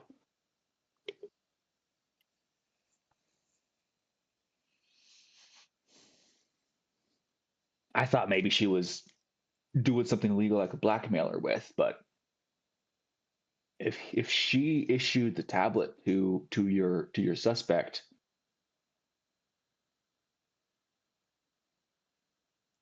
she may have Um, something to do with this. yeah. Also, by the way, I want to pull up the research notes on the tablet and show them to Talon. Mm-hmm. And Fred, I just messaged you a link to that document. Yeah, so it's that you can also actually- in the drive folder. And Yeah. also that paper that she wrote is also in the drive folder that Mira Koren wrote back in the day. I Ooh, put in the cool. folder. So if you guys want to read that, you can. Yeah. On the fundamental incompatibility. Right. Yeah. Okay. Sweet. On the fundamental incompatibility of magic and civil society. Okay. That'll be interesting to read later. Yeah. It's basically saying that magic has no place in the modern society and Right. should be done away with. But if you guys want to read that, you'd gain more information.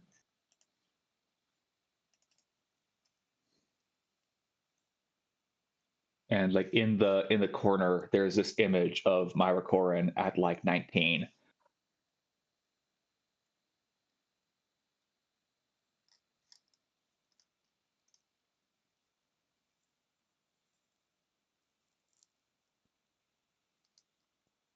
Okay.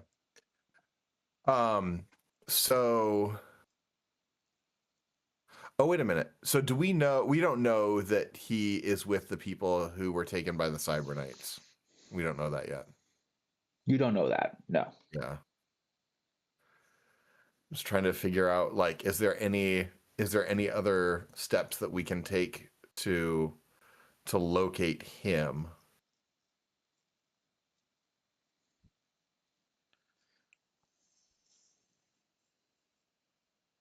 Can I? As you ponder that, Talon, you get a text that says,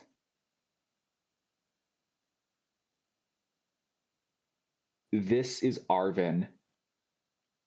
Corvus activated his beacon. I need to talk to you." All right, I'll share that with the others.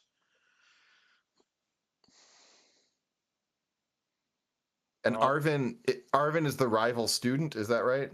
Right, Arvin's rival student who helped Yeah. out Corvus during the fight and gave him the homing device. It says, if you ever need me, plug this into your phone Right. and it will activate a homing device.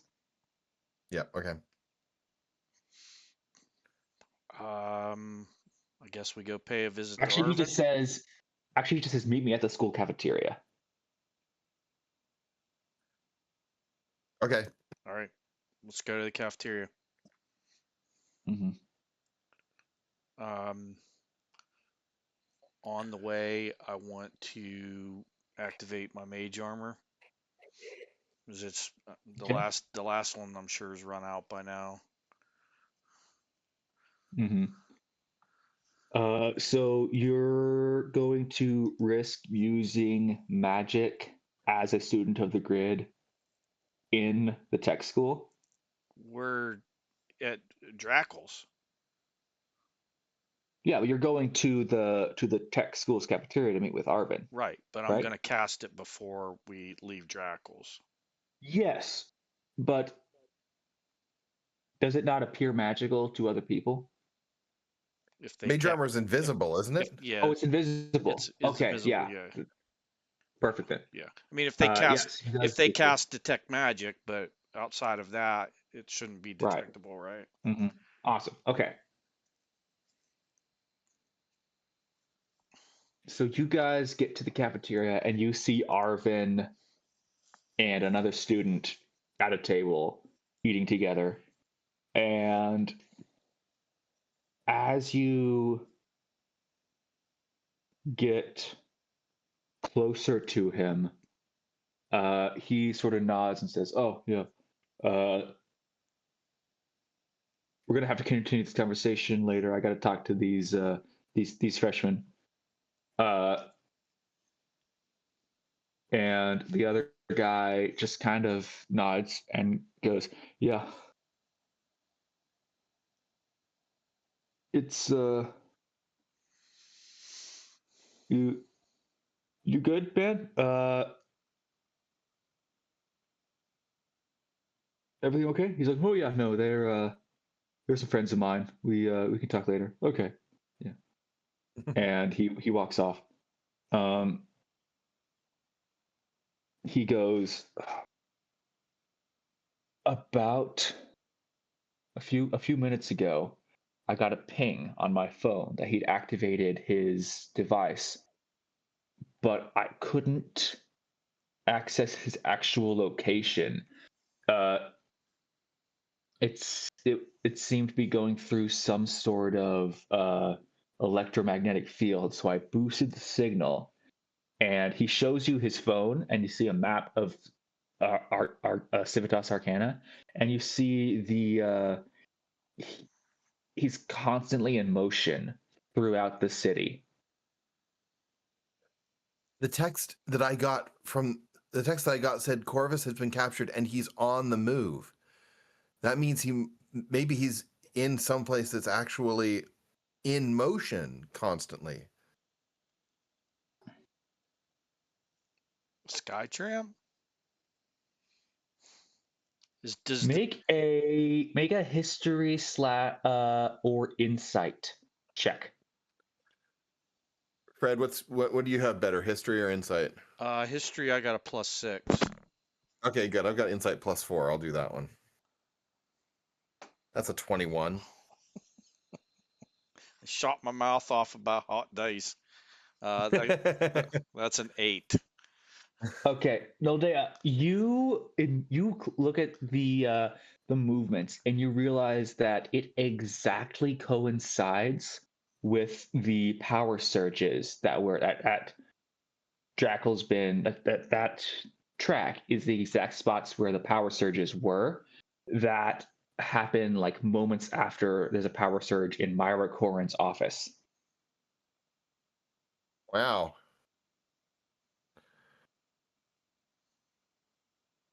Okay, that's wild. So can we?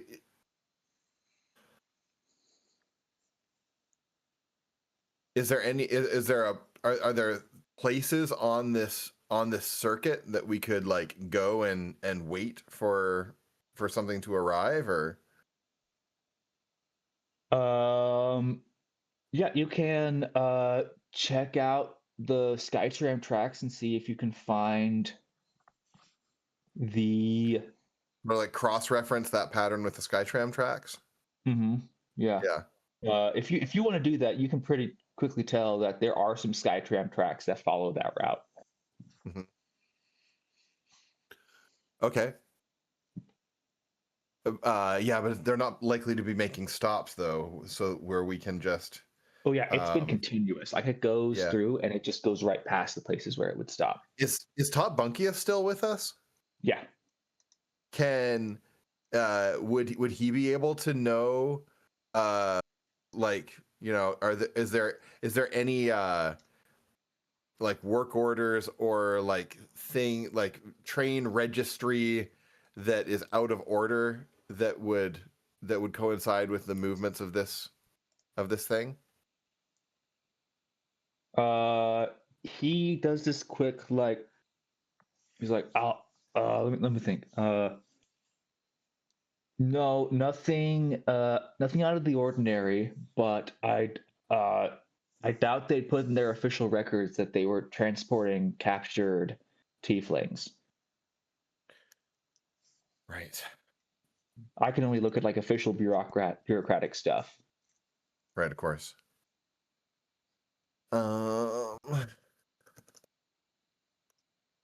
Well, I mean, I guess we could find. Is there some place where let's find a place on the map where it would be possible for us to like jump onto the sky tram whether it stops or not. So the sky tram is like basically it's higher than most buildings, but it Mhm. does like dip. There are spots where like it would stop and then like go down Mhm. at the actual stops and then Yeah. come back up. Oh, so it's like hovering in the air. It's not actually on There is like a track, but the okay. tracks are so high Yeah. that basically the city can be built around it without having to worry about running into the actual tracks. And then when it needs to stop, it's like stops and It like carries it descends. down, Okay. descends down to the stop, and then flies back up. This one doesn't seem to ever actually like stop at those locations, but Right. uh, you could if you are at a tall building, there are several tall buildings that are close enough to the Skytram, you might be able to see if you can at least see where he is or uh, follow like what the track is and see if you can Or if we somehow can way. we interrupt the circuit of that train somehow? Can we make it stop? Possibly. I'm going to say just with basic knowledge, you know that there's a switch to like each individual tram is run separately, and you would have to know what tram you were stopping. Mm-hmm. Would we be able to identify it if we saw that tram? If we saw the tram that was running and not stopping, would we be able to? With high enough checks, you probably could if you actually saw the tram. They're all unique enough that with enough uh, investigation and high enough rolls, you might be able to tell. Okay. Then why don't we send why don't Edmar and I go to where we can intercept the tram, and send Talon to where is it in like a separate place where we would have to like throw the switch to stop it or whatever? Oh yeah, that will all be at the Skytram headquarters in Silurian Square, Mm-hmm. and it's all heavily fortified because they don't. It's very important to them that Right. everything runs on time and doesn't get messed up. Because if one goes down, then another one might run into it, Yeah. or Can Tom Bunkius give us like a work order to get us into the building? Or would he be disinclined to like forge improper I don't think improper that's within paperwork? his domain is bureaucracy, Yeah. and that would be very much against his domain. So he would not be able to forge papers. Right. Could one of us be temporarily hired by the Skytram authority to go in and investigate. That's a good idea. But almost every job doesn't hire till after graduation, so you have to be at least 22, which is the minimum graduation date. Committee. Can he make one of us an intern? All right. Hey, Yeah, that it's worth a shot if you want to try that. we might have another possibility here. I'm not entirely sure because this is a totally untested spell. But I have the ability to signal hijack the command signals of a simple device or magical construct. Choose one device, construct or technological system within range. Target must succeed on wisdom saving throw or be confused. And then there's a D8 roll or a D10 roll to determine what its action is. So, DM, do I think that maybe I can cause the Sky Tram with the spell to stop long enough for us to get on it? So it said a simple device. Simple device. What about the Sky brakes? Tram magical is construct. anything but simple. So you would have to be able to. It's range, right? Is it line of sight? It doesn't say line of sight, but it has a range of 30 feet. Yeah. So you'd have to know where it is, and you would have to be able to and you would have to get within range. So like the brakes or the door. That's what I was Would that thinking, be like- simple enough? Like trigger the brakes, or trigger like a safety that Yeah, would like cause if it you to were stop able to and them to run a determine where the diagnostic. brakes or the safety or whatever was, yes, those are simple enough. But it would be moving at high speed, so there would be you'd have to be able to react fast enough, which is possible, but hard. Also, you would have to know exactly where it is, and it would have to be in range. And I don't think any of the buildings near are within 30 feet. If you could get on the track, you might be able to stop it. If you could get, now that's extremely dangerous. Standing right there on the track. Hypothetically possible. Wait until it gets within 30 feet of you and then cast a spell, and maybe it works, and maybe you're not crack splatter. Or the title of the episode is Fred rolls a new character.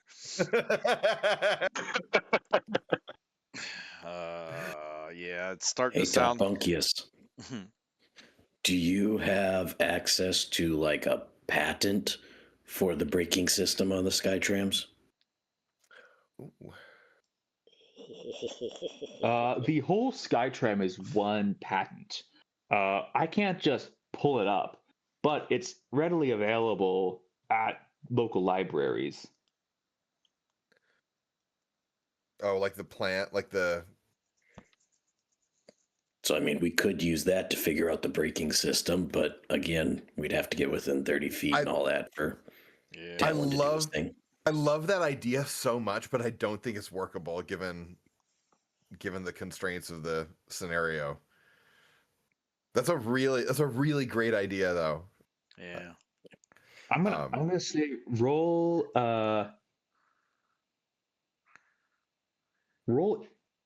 insight or wisdom. I mean, they're mostly the same unless you have training, like extra expertise in one of them. But I have good insight. I'll try it. That's a 19. So every time there's a power surge at Myrick Corin's office, there's another power surge at the same, like almost the same moment on the Skytram is what you determined. Right. So that could be either sending signals, But something to draw that much power could be something like a wormhole or a portal, Oh, then maybe. Wow, do or we it could have be to go and coincidental. yeah? Go to Then Myra maybe Corns. we should. Yeah, that's maybe what we should do. Which is weird because she seemed so eager to help us in the first place. Right. What better way to avoid suspicion? Than to hire a bunch of kids to figure out who kidnapped the person you kidnapped. Sounds like It's not Scooby Doo. Ah, you beat me to it. If it weren't for you meddling kids and that dumb dog. Wait, who's the dog? Lunaros? Normally, yeah. We gotta save Scooby Doo. Okay, so what do we think? Do we want to try and get into the office of the Chancellor of the Grid? Or do we want to try and see if Pop Bunkius can make somebody an intern at the at the Skytram office? Feel like we'll probably have better luck trying to get into the office. Yeah, maybe we can distract her while the sneaky goes Yeah, in and we can sees try what's it. going on. We can try that. At least we didn't suggest the yearbook committee this time. Orvis did. I know. I'll go to her because I want to report that there are imposters posing as the yearbook committee, and I'm concerned about the safety of myself and fellow students, and that we need to find out who these imposters are and have them, you know, removed. Mhm. Well done. Well done. All right. That's muy That perfect. sounds legit. All right. I just Yeah. So that's your plan? Yeah, let's go with that. Awesome. It's always yearbook committee. Talon's doing the distraction. So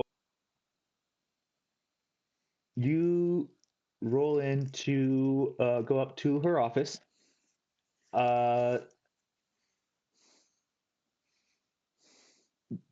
How do you approach this? all right. She has a secretary, right? Mm-hmm. Yeah. Okay. This orc secretary. All right.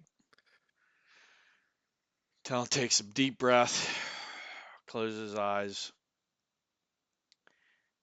and storms into the receptionist desk. I need to speak to Chancellor Corn immediately. We have a highly dangerous security breach here at the grid, and I need to speak to her immediately. And I'm just like frantic, like I'm pounding on her desk, little bit of smoke coming out of my nostrils, and I'm just like, I must speak to her immediately. This is of utmost importance. The safety and security of myself and fellow students at this school is being compromised, and I must speak to her now. She clicks a button on intercom and says, "Chancellor Corrin, Talonveer is here. You said that Not it was important that I Talonveer. let him in." It's Sorry, He's Trevon Cipher, yeah. Sorry. Nope, Yeah. she knows your identities. No, I'm kidding. Trevon Cipher is here, and you did inform me that I was to let him in when he needed to speak to you, correct? Oh, yes, send him in. Oh crap. Okay. All right. I go into her office. I just like throw the door open, and I'm like, Chancellor Corrin, I need to show you something right now. You have to see what's going on. We have a serious security breach here at the school, and lives are in danger. You must. I have to show you this right now. She gets up and is like, "Oh, very well. Is this relating to the missing student investigation?" No, the yearbook committee. Even worse. Even worse. There is a the web of deceit here runs deeper than I can even explain to you. I have to show you how bad this is. But it starts with the yearbook committee, which, by the way, doesn't exist. And I'm just Deception. like stammering and just all kinds of nonsense coming out of my mouth. Oh boy, here we go. Hey, DM. Should have had Ed Mark give it Whenever, guidance first. well, I was going to ask, whenever I got my new patron, did I also get my spell slots and everything back? Yeah. Cool. Then, yes, I would cast guidance on him before he goes in to do his All right. conversation and that. All right. So you get an extra 1d4 on that roll. Fred. Yeah, that got a deception. I got a 12. No advantage because I'm like really laying it on thick, DM. Unfortunately, not. You. No, sorry. However, she gets up and she's quite confused. She's like, "Trevon, we do have a yearbook committee. Are you all right?" No, you don't understand. There she are puts her hand on people the- here that are come with me. posing as the yearbook committee, and they're not on the yearbook committee. I know for a fact they're not, and I need to show you what's going on down in the cafeteria right now. You have to see this. Roll perception as she steps towards you. Oh boy. What is up with these? The nat one. No. Oh, Nat one. no. Nat one, but with She my steps towards you. with my my bonus, it's a 4. Yeah, you only get the guidance on the one roll. No, I mean with my Oh, your ability skill modifier. bonus. Yeah. So Yeah, I'm not she doing goes well. up to you and is like, "Very well. Let us investigate this." She puts her hand on your shoulder, and then she immediately like pricks you with something, and you immediately like go to sleep. And are you guys watching outside? I think we're probably. Was there we definitely should have spelled this out all sooner, but I certainly would have been waiting in a place where it would be like You're waiting in a place where you can see if they leave, if he's able to get her out. exactly. Yeah. Yes. You guys see that she comes out carrying Talon with the secretary and is like, "He was just rambling on. Something's wrong with him. We need to bring him to the nurse as soon as possible. Maybe call in the local doctors." I don't know. Oh, so the chancellor and the secretary are carrying him out. Yeah. Fantastic. Hey, one way or another. Talon gets it done. Maybe a The plan failed successfully. I will die for my art. Okay. Yeah, sweet. Then I'll slip inside and start investigating. Let me see. I'm gonna roll to see if she decided to lock her door in the hurry. Okay. All right, go ahead and try to get in. Okay. Yeah. I'll just slip inside and try the door. Yeah. In the hurry, she did not try to lock the door. Fantastic. Okay. So So now I am looking for what? Something that is going to draw power, mhm. I guess. So just go ahead and do an Yeah, investigation. just a straight investigation check. Yeah. Okay. While this was happening, I would have put my hand on Noldea's shoulder, said, "Good luck, Yes. cast Excellent. guidance," and then I would have followed them. And whenever I got within range, which is 60 feet, I would have tried casting Healing Word on Talon to see if I could get him to snap out of whatever's going on. Oh, interesting. Okay. Well, I'll roll my investigation check here real quick. So, real quick, who all is with you? So, Justikar came with you. Did you guys let Arvin come with you? He would have been pretty insistent that he wanted to come along.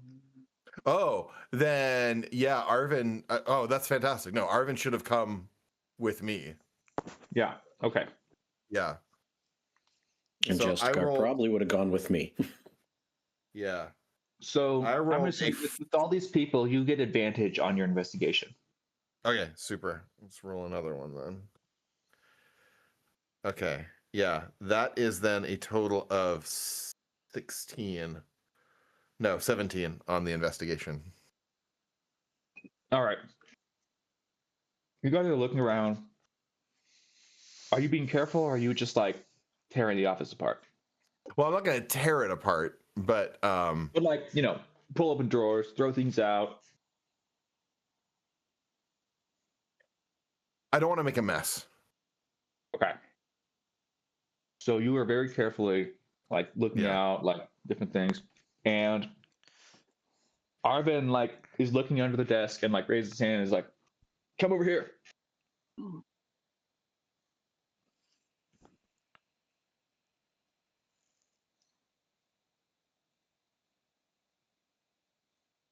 Okay, yeah. Let's take a look. All right. He has found this device stuck to the bottom of the chancellor's desk that looks like something that would draw a lot of power. And there's this one single red button in the middle of it. Okay. What do you think this does? Only one way to find out. That's it. That's the scientific method there. She lets out a deep sigh and says, "Fine." He sort of grins and presses the button. And you hear this, and you see above the desk this huge like portal has opened, and it's just like this blue, like thin blue layer of like portal juice. Okay, so it's Stargate a little Portal bit. Like juice. Stargate, but there's no like actual like. Yeah, it's of just- course. Right. Yeah. Right. Okay. Okay, but it's like on the ceiling or like above the No, desk. it's just like sitting above the desk. Oh, okay, but it's like Vertical, it's but it's like like standing up. perpendicular. It's perpendicular to the desk. You don't have to like boost up into it. Okay, no, No. I got you. All right. Okay. And the desk is short enough because Yeah. Mira Corrin is a halfling. She's short, That yeah. you're able to easily just like step up to it. Okay. All right, Arvin, are you coming? Yeah, of course. Okay. Let's both jump in then. All right. Wait a second. Let's take it with you. He needs to take the device with him. As soon as you remove the device from the desk, it powers off. Oh, and that deactivates the portal too. Mm-hmm. Okay. All right. Never mind then. I guess we got to leave it there. and just jump through the portal. All right. You all step through the portal. Noldea, Edmar, Arvin, Justicar, and Tofunkius. Wait a minute. Are they I all there? said, Yeah, you Yeah, guys no, all. he was following Talon. Oh, so it's just Noldea and Arvin. Yeah. Okay, I misunderstood. So you two yeah, because go I was into the following portal. to try to cast the spell. Mm-hmm. And you arrive on the other side. As soon as you step through, the portal collapses behind you, and you are now in this long rectangular room. There is a lab. All these like lab parts you see on the far end is this individual who is like hunched over a table doing some sort of work. Okay. They don't appear to have noticed our arrival. No, not you can't tell. They Okay. seem to be continuing their work like normal. All right, then I'm going to stealthily approach with the taser drawn. All right. And Arvin sort of like bumps up his shoulder cannon. Put that away. I don't want to kill him before we can get any answers. All right. And as Stay you get here. closer, Yeah, I want him to hang back and Mhm. so that I can quietly approach. yeah, as you get closer, you see the table that this individual is like working over Mhm. has an unconscious Velas Saran on the operating table, similar to the scene we found at the end of last session. Lyra Vane, with her mask off, is working on him. Does not register you at all. Okay. Behind her, you see this screen with a video on it, and on the video is Mira Corin and the secretary carrying Talon to the hospital. Edmar, you said you were following them. Sorry. Yeah, the goal is that once I'm within range, I wanted to cast Healing Word to see if that would more or less bring Talon out of Healing whatever's Word- going on. There was no damage done. It was like a sedative. Would healing Right. word affect that? I don't know that. Okay. All it says is that a creature of your choice that you can see within range regains hit points equal to 1d4 plus your spellcasting modifier. It has no Okay. effect on undead or constructs. Okay, yeah, you Okay. can go ahead and cast a spell. He does not regain consciousness, but they're still carrying him.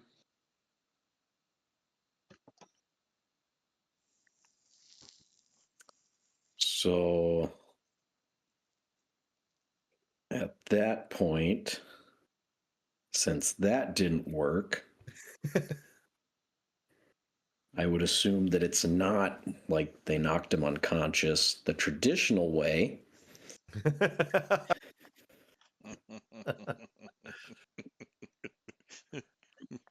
Yeah, he's either asleep or dead. In that case, I would probably call out to them and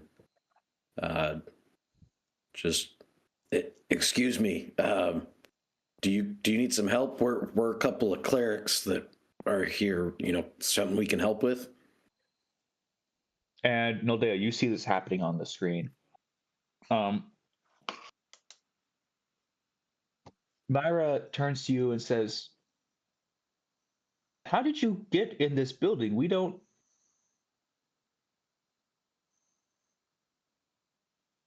Whatever. We were Yes. helping Talon this with some things. who's Talon? Sorry, it's a nickname. The guy you're carrying.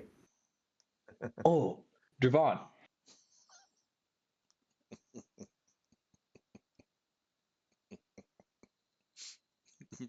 Yeah, Yes. we were helping him.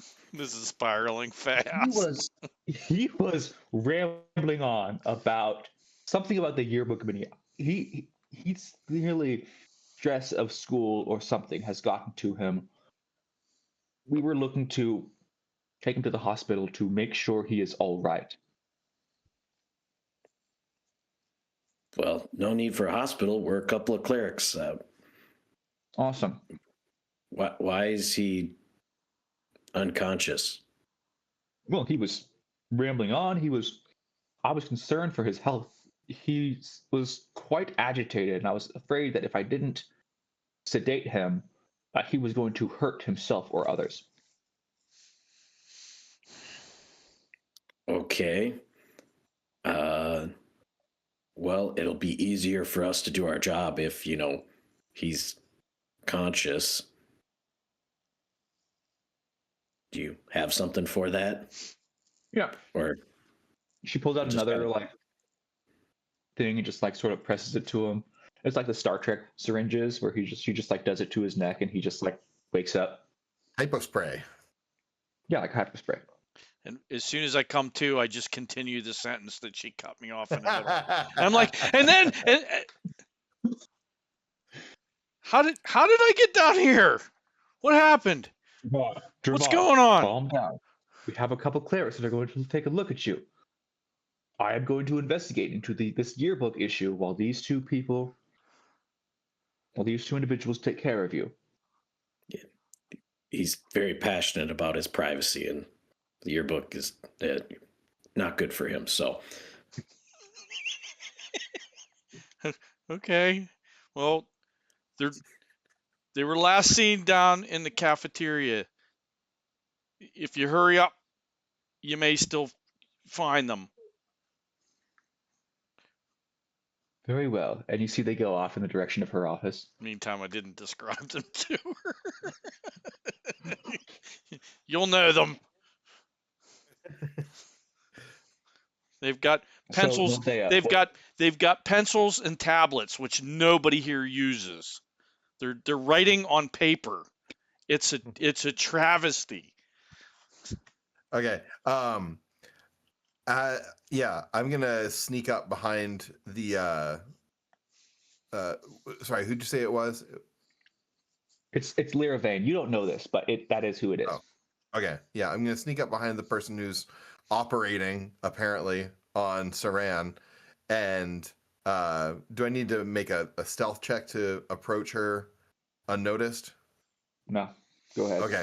Yeah. Then I'm gonna just come up behind her and push the taser into her back and say, "Step away from the table." She raises her hand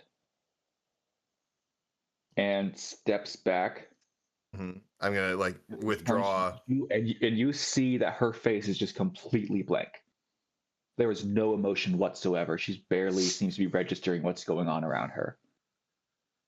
Okay.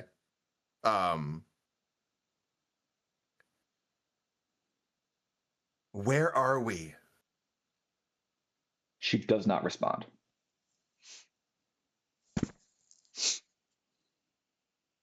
Okay. Is there a place where I could like easily restrain her right now?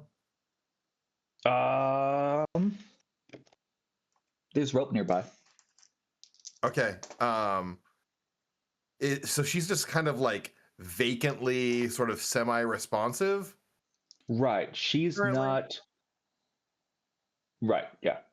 Okay. Then she seems really docile, so I'm gonna just sort of like prod her along to, I don't know, like a whatever pipe is nearby on the wall or something stable that's not going to move around, and just like restrain her. But I'm kind of weirded out that she's just not making any responses.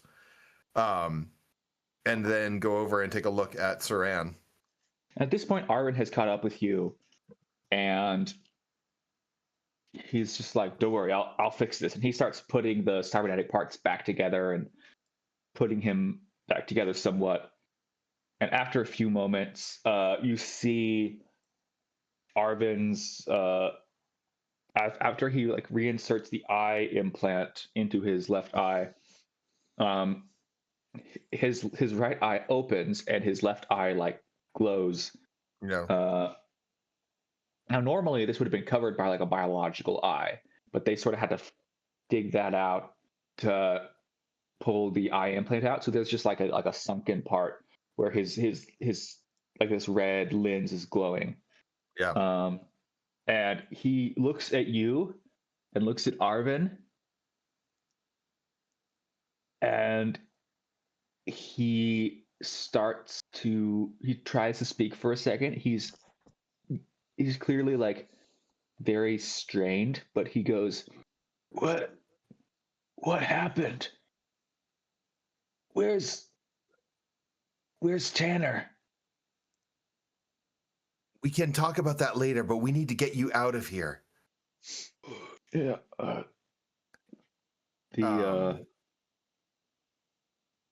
Arvin just like sort of rips off the restraints that are holding him to the table, sort of steadies him and is like, "Saran, are you all right?"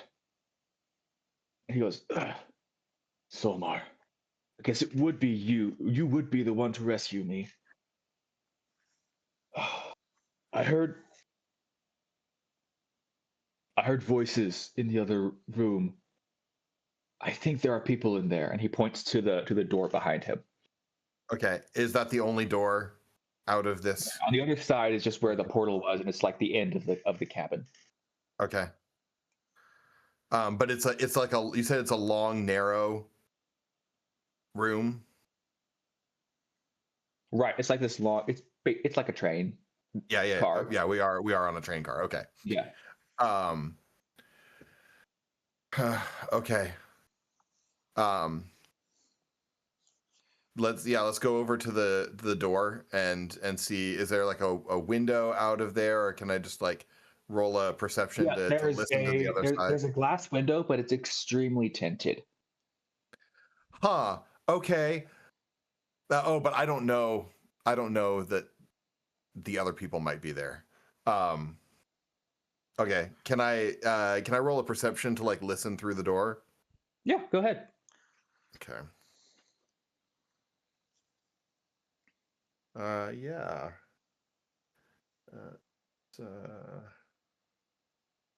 18. Yeah. Corvus, what's going on in that room right now? It's been about 4 or 5 hours since you guys awoke. Oh, okay. Yeah, so I meant to ask this question earlier. In the interim, I'm going to let you guys sort that out. What you guys wanted to have been doing. Yeah, we definitely had been tinkering with the frequency on her noise, the loud scream thing. Right at that moment, you finally get the right frequency, and the glass just shatters in your face, no there.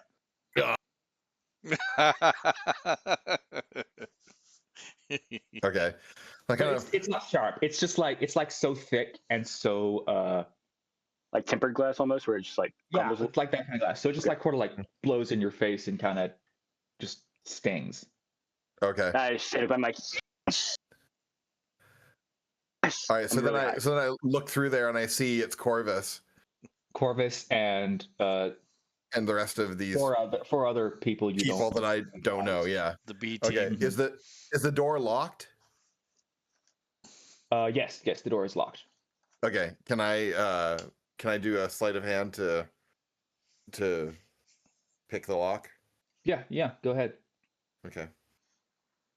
I guess it's using the thieves' tools. It's not sleight of hand. Oh yeah. Okay. Oof. It's only a 10. Yeah, that'll do it. Okay. Oh, great. All right. So we open the door. And Yes, you guys have finally found each located other. them. All right. What do So, you do but, now that you guys are in the room together?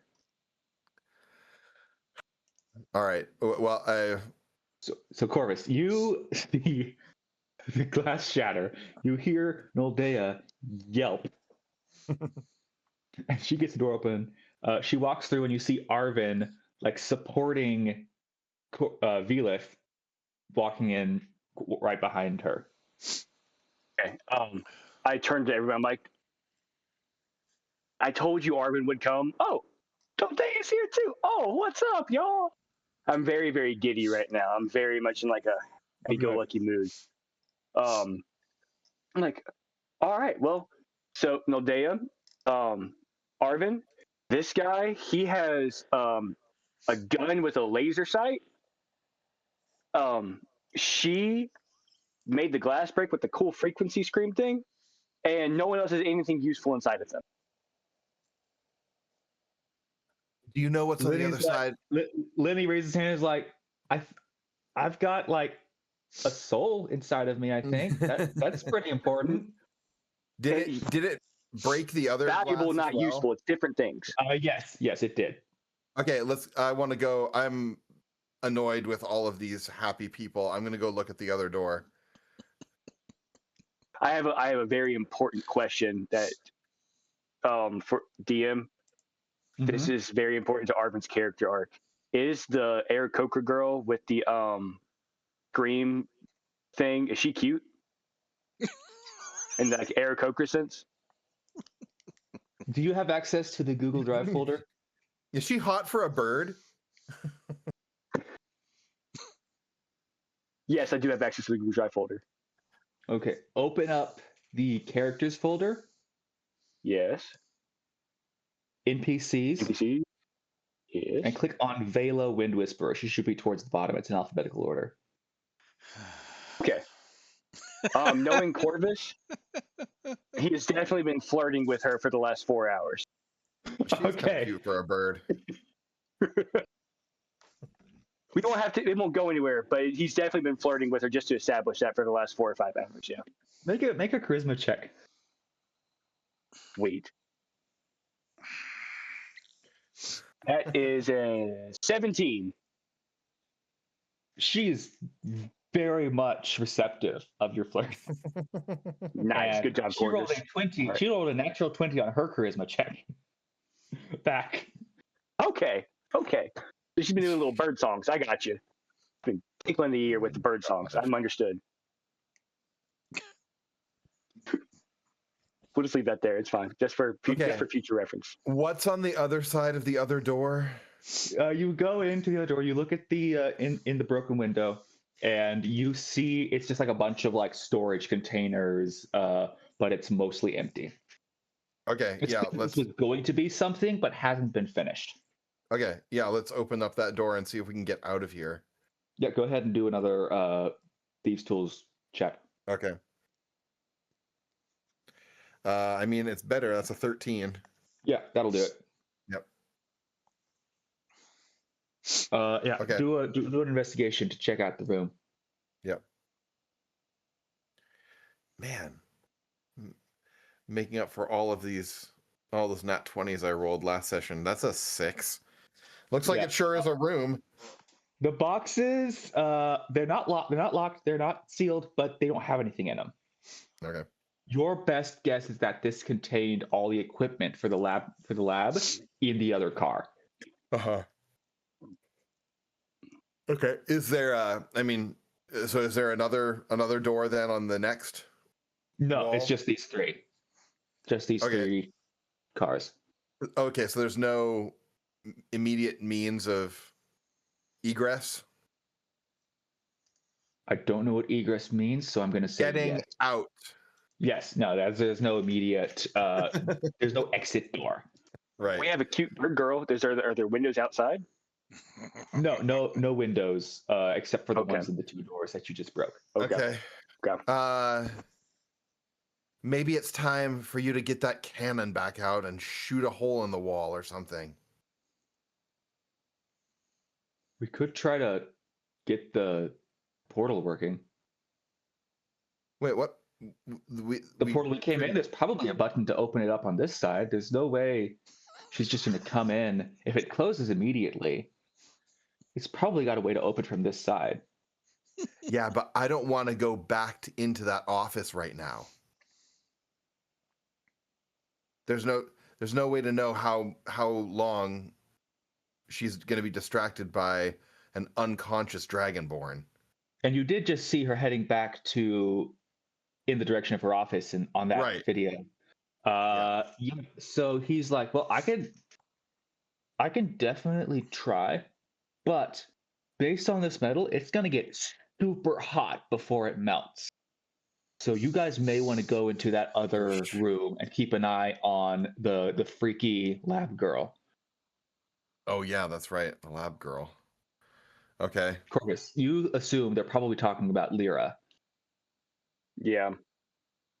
Do you say anything that she said she was a friend of Talon's? Well, she said that I was a friend of Talon's. She also ended with like, "My name is Lyra Vane. I'm a friend of Talon's," and Okay. then like got all weird. Yeah. Emotional. Yeah. So I will relay. I'll be like, all right. So she said her name was Lyra, I think. She mentioned Talon and said that she was a friend, and she told me to hurry up and like get Velas out of here. But then she made some like weird noises, and something said about like reprogramming her emotions or resetting her emotions. And then then I got shocked or something. And goes, "What?" Yeah, something about like reprogramming her emotions. I don't know. She went weird. I don't know. He just like rushes into the other room towards the lab. Okay, yeah, I'm gonna run after him. I'll follow him. Let's run after him. Yeah, so he gets up to her and is like, "Yeah, this is what I thought." You see this little like implant on her temple. It's like, "Yeah, this is your classic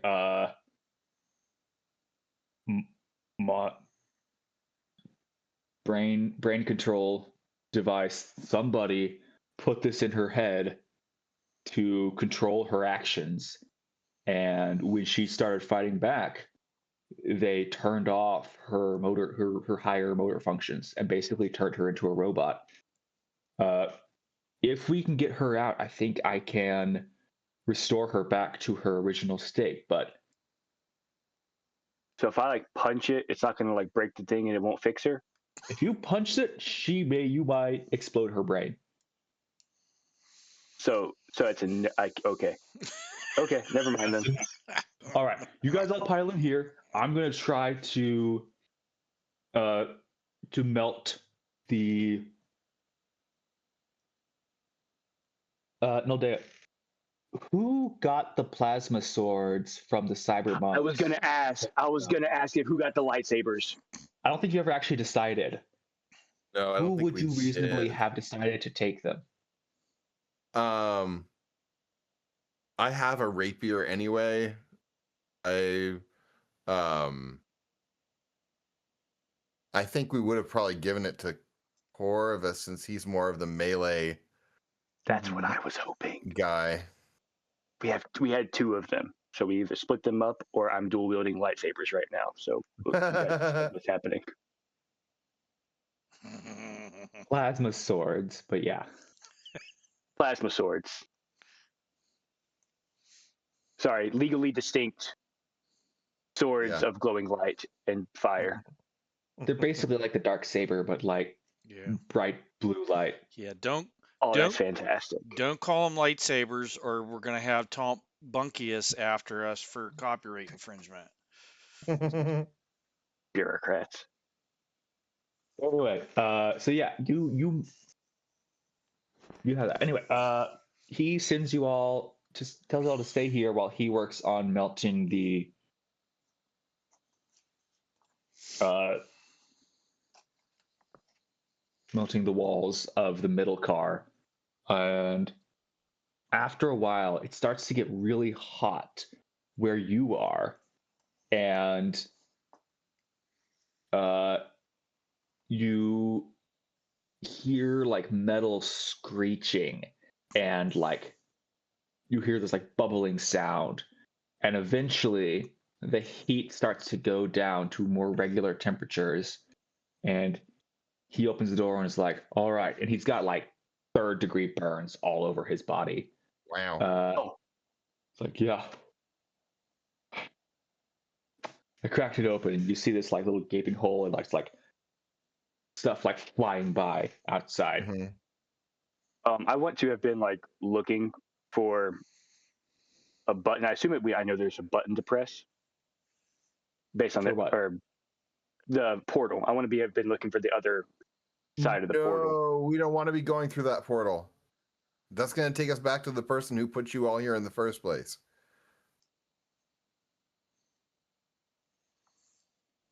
But I can punch. Okay, anyway, I'm not going to punch her, but I want to punch her anyway. Not no damn. Probably Like there'll be. Probably there will be time to punch her later. When okay. we don't have. Can I just like whip? I'm gonna whip out my plasma sword and be like, but I have this. Yeah, but she's in charge of teaching everybody here all of the cybernetics that they've ever known. You know, that's a better point than I was initially given credit for. Okay, let's go. And Vela, your bird girlfriend, says, I mean, yeah, she trained Alara. Oh, that's the Ilara that's of the Grid. girl who, yeah, she Yes. went into she became the grid Yeah, or something like that. she was I don't know. one of Mira's personal students. In fact, her graduating year was the year before Myra became chancellor. Oh yeah, that's no, Dea, that seems like a bad idea. You're right. Let's not go back there. Turn me into energy soup or something. I feel like that's another contender for the title. Like you turned me into energy soup. Anyway, yeah, the like the wall has just sort of melted like a Cyclops eye type Yeah. hair. But we're traveling at high speed. High speeds, yeah. And you see the city only just have like two. moving around. We only have two What? Aarakocra, so that's a problem. Yeah. But they have cell Wait. service in here. No. Well, now there's Okay. a hole in the wall. You might be able to get a Actually, signal out. Yeah, once the hole was broken open, you see this like shimmery sheen over the hole. I'm gonna try and jump out because why not? You're gonna try to jump out of a. You said plane in the shimmery sky. sheen. No, hold on. If he goes, Okay, like, okay. if he goes to do that, I'm like, Noldea's grabbing him. He's like, we're 200 feet off the ground, you idiot. Corvus, how fast did you go for this? How impulsive are you being? I'm very impulsive. I wanted you to Yeah, both roll. I'm like you know Hammy from Over the Hedge. I'm Yeah. like that on when he's on the energy drink. All right, Noldea, I want you and Corvus to roll initiative. Yeah. If Corvus rolls higher, he jumps out. If Noldea rolls higher, she'll have an opportunity to stop him. I rolled a. Hold on. What's my initiative bonus? Maybe this That's episode should be called Corvus rolls a new character. Kian rolls a new character. Oh no. Okay, I got a 6 total. Okay, great. No, I rolled a 19. Okay, make opposed athletics checks. See, this is going to be the problem now. Well, I think this +3.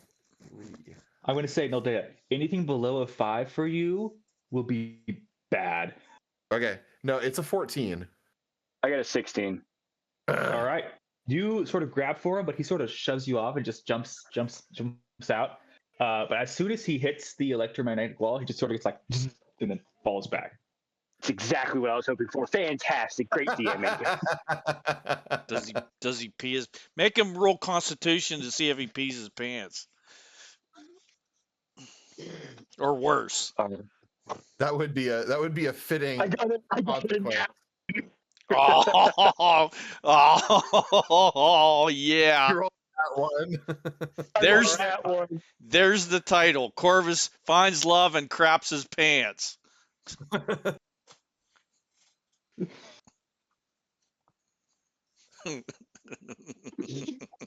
Okay. But anyway, this episode really went off the rails. Sorry. This is the episode we could cancel. Okay. That was Anyway. great fun. I appreciate it so much. You like jump forward and just like sort of smack into the energy shield, sort of flop back and pee your pants. Well, actually, you're in your monk robes, so pee your robes. There you go. Yeah, I'm like a Scottish man with a kilt. It's just on the floor, brother. Yeah. All right, we'll get away from the serves you TMI. right. Anyway, I'm very much embarrassed about this, though. Okay. I'm very much. Wait, so we need to. Okay, we need to stop this. We need to stop this train somehow. Arvin says, I looked around in both cars, and there's no visible way to stop this train. I don't think it was designed to be stopped. Wait, Arvin, can you melt the wheels or something? That would send us hurtling 200 feet to the ground. That's Could you melt the still a wheels bad. slow? Could you melt them Slowly. slowly? I think our best. Okay, look. There are what? There are 8 of us against against Chancellor Corrin. I feel like we have enough evidence against her. If we can gang up on her, we could bring her to the Cyber Knights. Wait, how many of us can But fly? she controls the Cyber Knights, doesn't she? Oh no, these Chancellor were has no fake control over cyber. the Cyber Knights. Those She's were just in charge of the fake grid. Cyber Knights. These are fake Cyber Knights who brought the Cyber Monks. okay. She was in Yes, control yes, of, yes. but Right. Okay. but I feel like there's Um, enough evidence here. The fact that the portal leads into the Skytram, all that. If we gang up on her, we should be able to present this evidence to the Cyber Knights and let them take care of it. Okay, but we can't get a signal out. Is the force field that he Yeah, the force ran field into? is stopping all Communications. Okay. communication. There's 8 of us. Mm-hmm. Yeah. There's All right. 2 Aarakocras and Arvin. Does anyone else fly? The 2 Aarakocras, just the Aarakocras. Yeah. Arvin can't fly? Arvin can't fly. No, He's he just just has a a human. holder cannon. I mean, he could use that as a booster. It's fine. It's just like Never mind then. Like I mean- Iron Man, you know his repulsor cannons? Yeah. Okay. Well, I guess then I guess if the only way Alright. off of this thing is through that portal, then let's go do that. Let's press the button. Yeah. So you guys press the button, portal opens, and you step out of the portal to see a shocked Miracorin sitting at her desk, staring at all of you. Step out of the portal. What do you do? I whip out my Um, lightsaber, my plasma sword. Okay. You're done, Chancellor.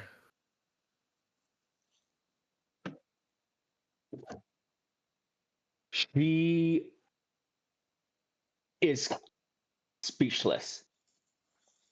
You guys, she's very shocked and does not say a word. Okay. We're walking out of here with all of these people. Whatever you're up to is going to be shut down. I don't care what you do, but all of this is going to be finished.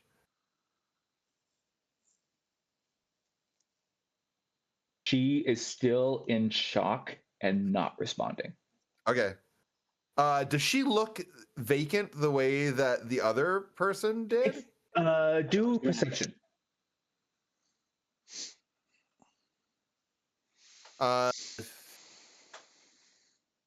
14. Yeah, you can tell this is a reaction to 8 people coming out of a portal and Okay. accusing her. Yeah. Okay. All right. Fine. She's not. Then. She's not like emotionless. She is in shock. Yeah. All right. Then. It's like between fight, flight, and freeze. She chose freeze. All right. Yeah, I'd say let's just back out of here. Marvin just picks her up Oh. and goes, Chancellor. I mean, technically, Cybernauts have to say this, but you're under arrest. And you guys Arvin. take her off to the Cyberknight headquarters. Are they still protesting our arrest? That's not till the evening. Oh, it's not till the evening. Okay. Well, this is like That's right. this I is forgot like about that. 12 o'clock to 1 o'clock. Can't miss Okay. that. Okay. So far, the entire campaign has been within a period of like 72 hours.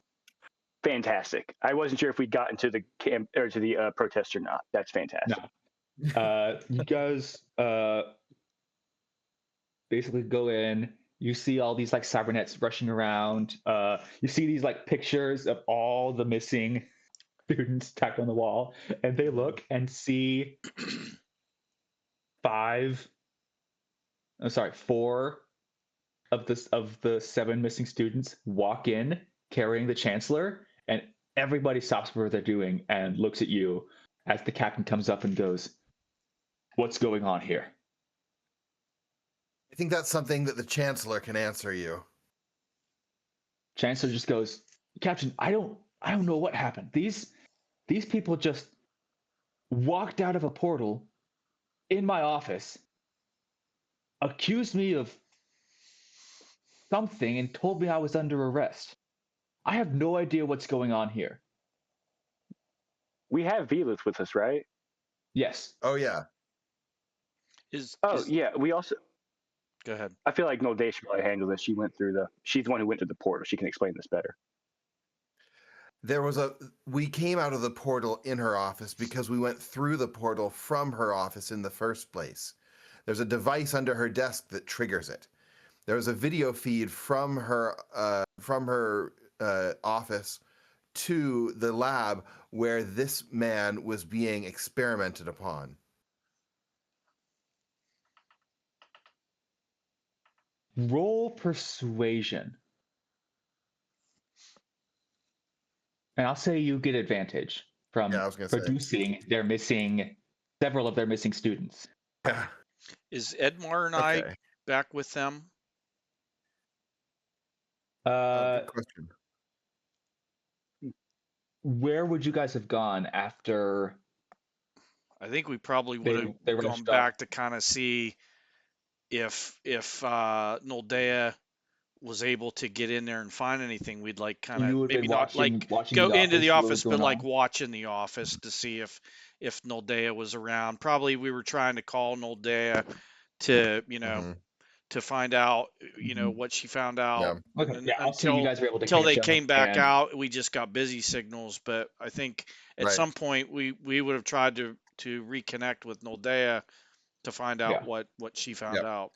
If you were watching The Office, you would have been able to see them coming out with the Chancellor, with the secretary following close behind them, like saying, like, "What are you guys doing? How did you get in the Chancellor's office?" Like, Yeah, I rolled an 18. okay, yeah, they They grab the chancellor, put her in handcuffs, uh, have a couple cyber knights sit with her while they go and investigate your claims. Uh, they find the portal in her office. They see all the stuff about the train, and they arrest Myra Corin for multitude of crimes, which she continues to insist that she had nothing to do with.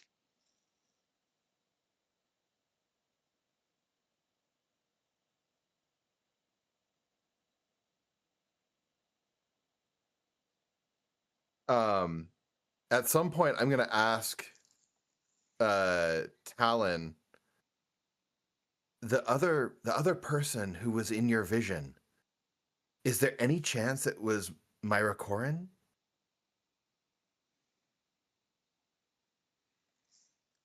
I don't think the voice was right or the stature, because Myra Corn is like She's a halfling, is a yeah. halfling, so I don't. So, Talon, I will say the figures were obscured, so you couldn't really tell their stature. Right. The voice was quite deeper than her Right. voice. Right. Voice modulators are quite easy to come by in the Right. in the grid. Right.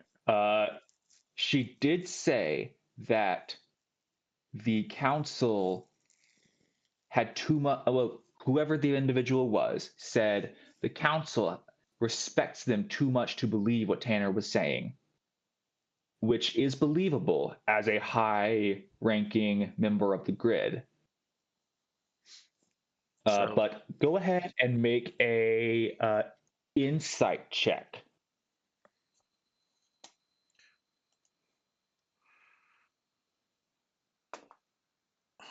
What is going on? I got a 5. I got a 5. I'm still groggy from like I being said, drugged. all those facts do line up, but that's about all you can tell. So basically, you can't be sure. Yeah. There's at least nothing from my vision that would conclusively say it was her. It could have Right. been, Or but that it wasn't her. Yeah. there's no Right. smoking gun here.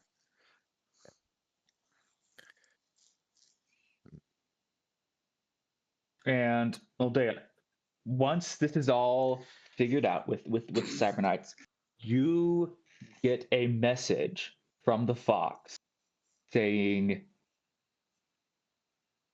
asking you to meet her in like an alley next to your near Drackles. Right. Okay.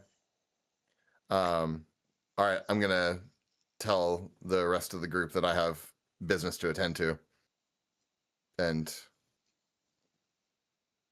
it's been weird, guys, but we found him. So see you later. Go us. Is Yeah, and as far as I'm concerned, like this is the last that I'll ever see these people, and I'm not sad. so ends the story of Linda True Name. Is Lyra? Did she come out with all of them? Yes. So Nira did come out with them, and Arvin said he would work on trying to fix her programming. Okay. Undo as much as she could. But I saw her. Corvus would have been able to, I'm sure, tell you what name she used. Oh, and okay. You would absolutely recognize that. Okay, all right. You wouldn't immediately clock, oh, this is older Lyra, but more based on if Corvus told me what which she I'm said to assuming him. He did. Yeah, I remembered her name was Lyra. Yeah. All right. I'm assuming since it hasn't been mentioned that Lunaros hasn't showed up. Oh yeah. Yep. We also don't know who the We missed that whole part. monks that are corrupt are. So this is interesting. Roll, Edmar, roll a insight check.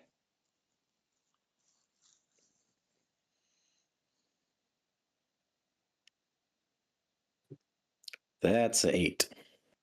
8. Yeah. Okay. No idea what happened to Lunaros. You then all after signaled in. Let's go ahead and do your meeting with the fox. She congratulates you on your success, pays you quite a substantial amount of gold, of marks. And she says, I have another task for you if you are willing. Can I start it tomorrow? Oh, this won't be for another 3 days. Excellent. What is it? Dareth Veer is hosting a banquet for Silurian Day. I have it on good authority that a pro-tiefling protest will be held at this banquet. I want you to make sure you are at this banquet and that nothing hinders this protest. Wait, This do I may be the best chance for the council members to get an understanding of what tieflings actually go through every day. do I have to be in attendance at the banquet or just around and watching? You will need to be in the room where the banquet is being held. All right.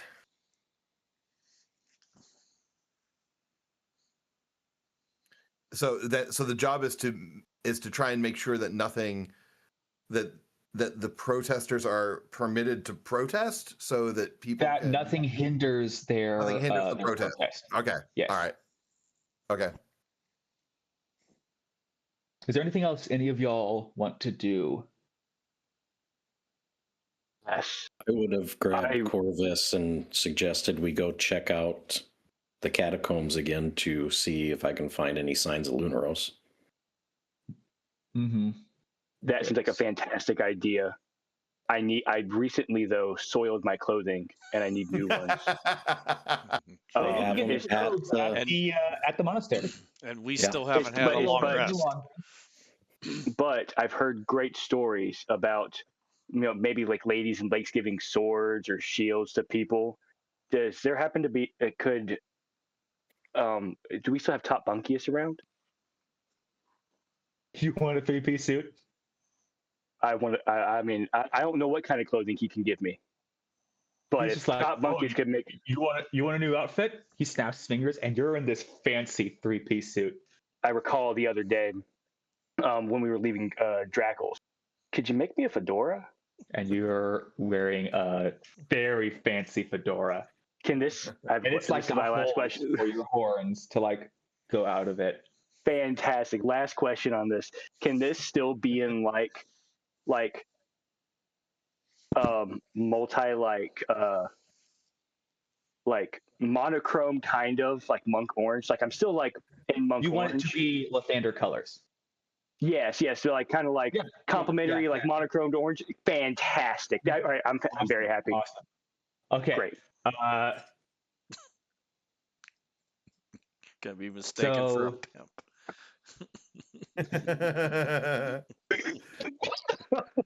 All right. So you guys go to investigate the monastery, the catacombs. Now I will remind you, Kyle and Nyx are still tied up at Drackle. Yeah. That sounds like an Oldea problem. I mean, Yes! He is Corvus's best friend.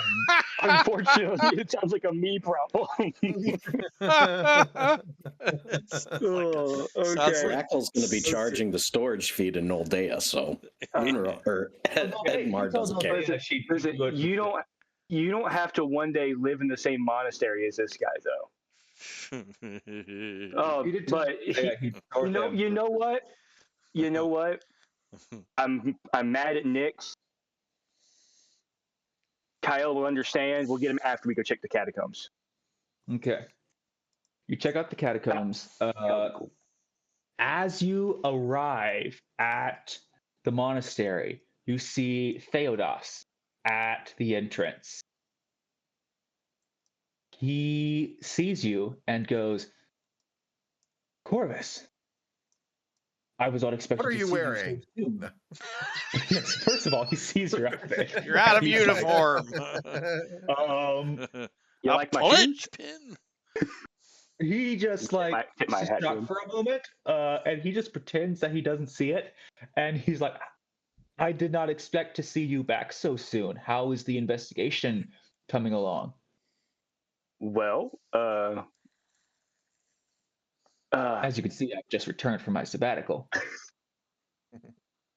yes. I'm sorry. I'm trying to get my. This is out of character. I'm trying to get my what we call it? I'm trying to gain my composure again. Yeah. This is Theodos. Yeah.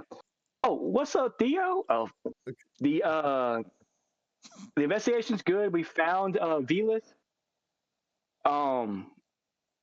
Not problem. There are some people in the monastery that are working with. Master Guy John has informed me, and we are working currently to figure out their identities. Fantastic. But yeah, we got Velas. Awesome. We went. I got captured. I'm sure Guy John told you. A master told you. I got captured. One of the people who was helping me investigate went through a portal in let me find her name. Myra, right? Myra. Yeah. In Chancellor Clorin's office, and that's how they got to me and Vila. So she's in jail, right? Or at least she's with the Cyber Knights right now. And you're gonna love this. You know, you're like super into like all like races being like equal and having cool stuff. I got a Air Coker girlfriend. So her name's Vela. She's pretty sick. And so yeah, and she matched my. She's very complementary colors with my suit. So yeah, that's how it's going. How are you? So you succeeded, is what you're telling me. Yeah, pretty much. Very good. We lost a god along the way. Oh, God did die. Yes, I forgot to think. Yeah, Well, he's not. We don't know that he's dead. Well, we don't know that he's dead. The other gods can't. I think they told me this. The other gods can't detect him anywhere. And this is my buddy. His name's Edmar.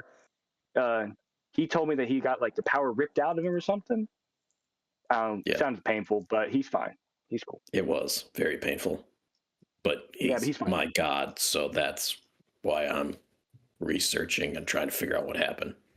Yep, good old god of the top bunk. No, and not he just appears next to you and is like, no, and then disappears. Actually, he comes and he snaps away your suit. I'm sorry. I'm sorry.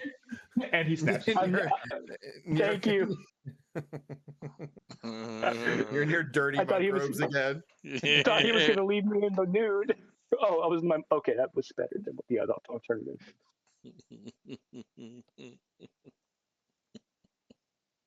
Yeah, everything's good. Theodos is very concerned when you tell him that a god has either died or been extremely hurt. And he's like, yes, let me call for Master Quinn. We can sort this out. What did you say your name was? And he points to Edmar. My name's Edmar, cleric of Lunaros, the god that's MIA. Very well. I shall call for Master Quinn, and we shall investigate. Corvus, where were these hidden rooms you found? Because we found the first one, but where is the did you find any other secret rooms that we might be able to glean any information from? Yeah, there was laboratory, I think is what they call it. A place with a lot of technology, right down, like just literally down the hall to the right. All right, do you Or I direct guess him if you to walk it? out, huh? Do you lead him to it? Yeah, I absolutely take Theo. I'm very excited to see Theo. Once you get to the point where the lab was, there that fake rock was, the fake rock is gone, and the wall is just smooth again. Dun, Oh, dun, dun. I punch it, and I'm like, yeah, I'm punch it and scream, no! Where to go? Edmar, can you see if anything? I'm very, very confused. I'm punching the wall. Can you detect if anything like magical happened here? Like it was right here. I do believe I still have my connection with Top Bunkius. Since we haven't found Lunaros, the contract is not voided. So I will sit down and begin ritually casting Detect Magic. Yeah, so once it goes through, you can confirm that no magic was cast here. There's no magic. At least, so the last time magic was cast here was was the time that the figure that killed was a summoning spell. So there's no magic on this rock wall. Back that way, I can see where something was summoned. Are you sure you didn't take a wrong turn? It was just down the hall. I literally, you pop around a corner, and he was dead. He pointed me down this way, and I walked in right here. Like this is, I grew up here. I know these like the back of my hand. I punched the wall again, 100%. Make a strength check. Okay, sweet.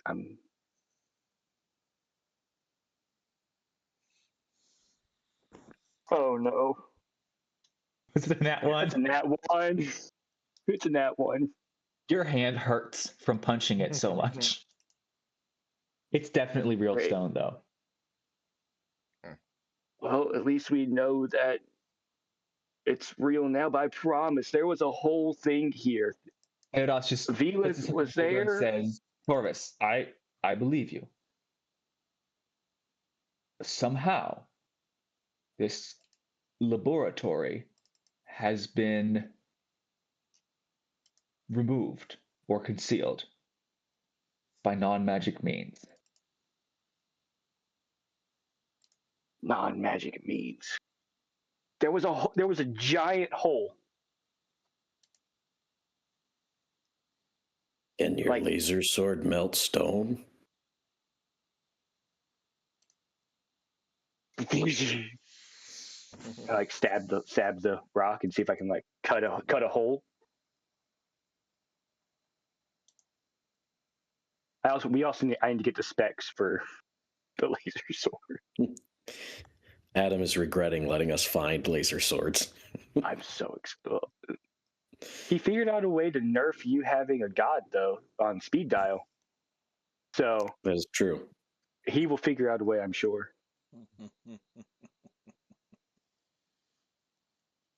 I'm just trying to figure out if a plasma sword could affect.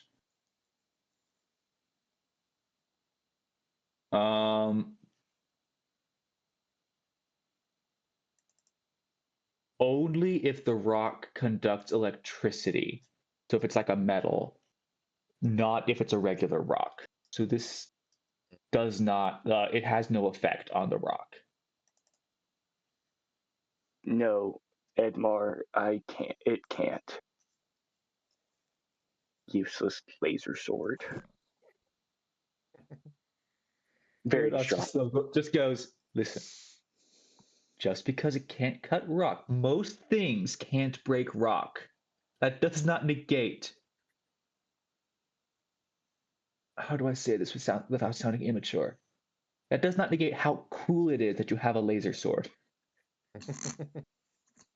It is a really cool laser sword. Okay. And you can Thank you. remember that Theranos is only 8 years older than you. Yeah. Thanks, Theo. I appreciate Like, it. he's fresh out of his training. You know what does Love beat this guy. rock? Paper. Paper. Paper. Call Top Bunkius. It's got a bureaucracy. And he just goes, anyway, there is another matter that I must address with you.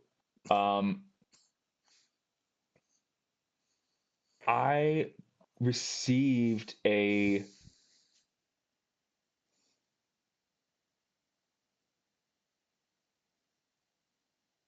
scroll from Council Member Saran, the High Elf Council Member. He is Velith Saran's father, and as a thank you for locating his son, he wanted to extend an invitation to a banquet being held at Arcana Magna for Silurian Day as his guest of honor. And he hands you the scroll. I read it. Mm-hmm. Oh, I'm honored. Thank you. I already have the suit all picked out. He smiles and says, I will admit, I had my doubts of whether you would perform well, but you exceeded my expectations, and you should be proud of that. The Thunder is smiling on you. Thank you. May the Dawn Father guide you, or something like that.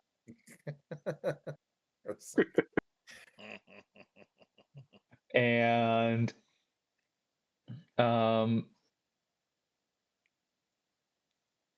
that is going to be it for this session.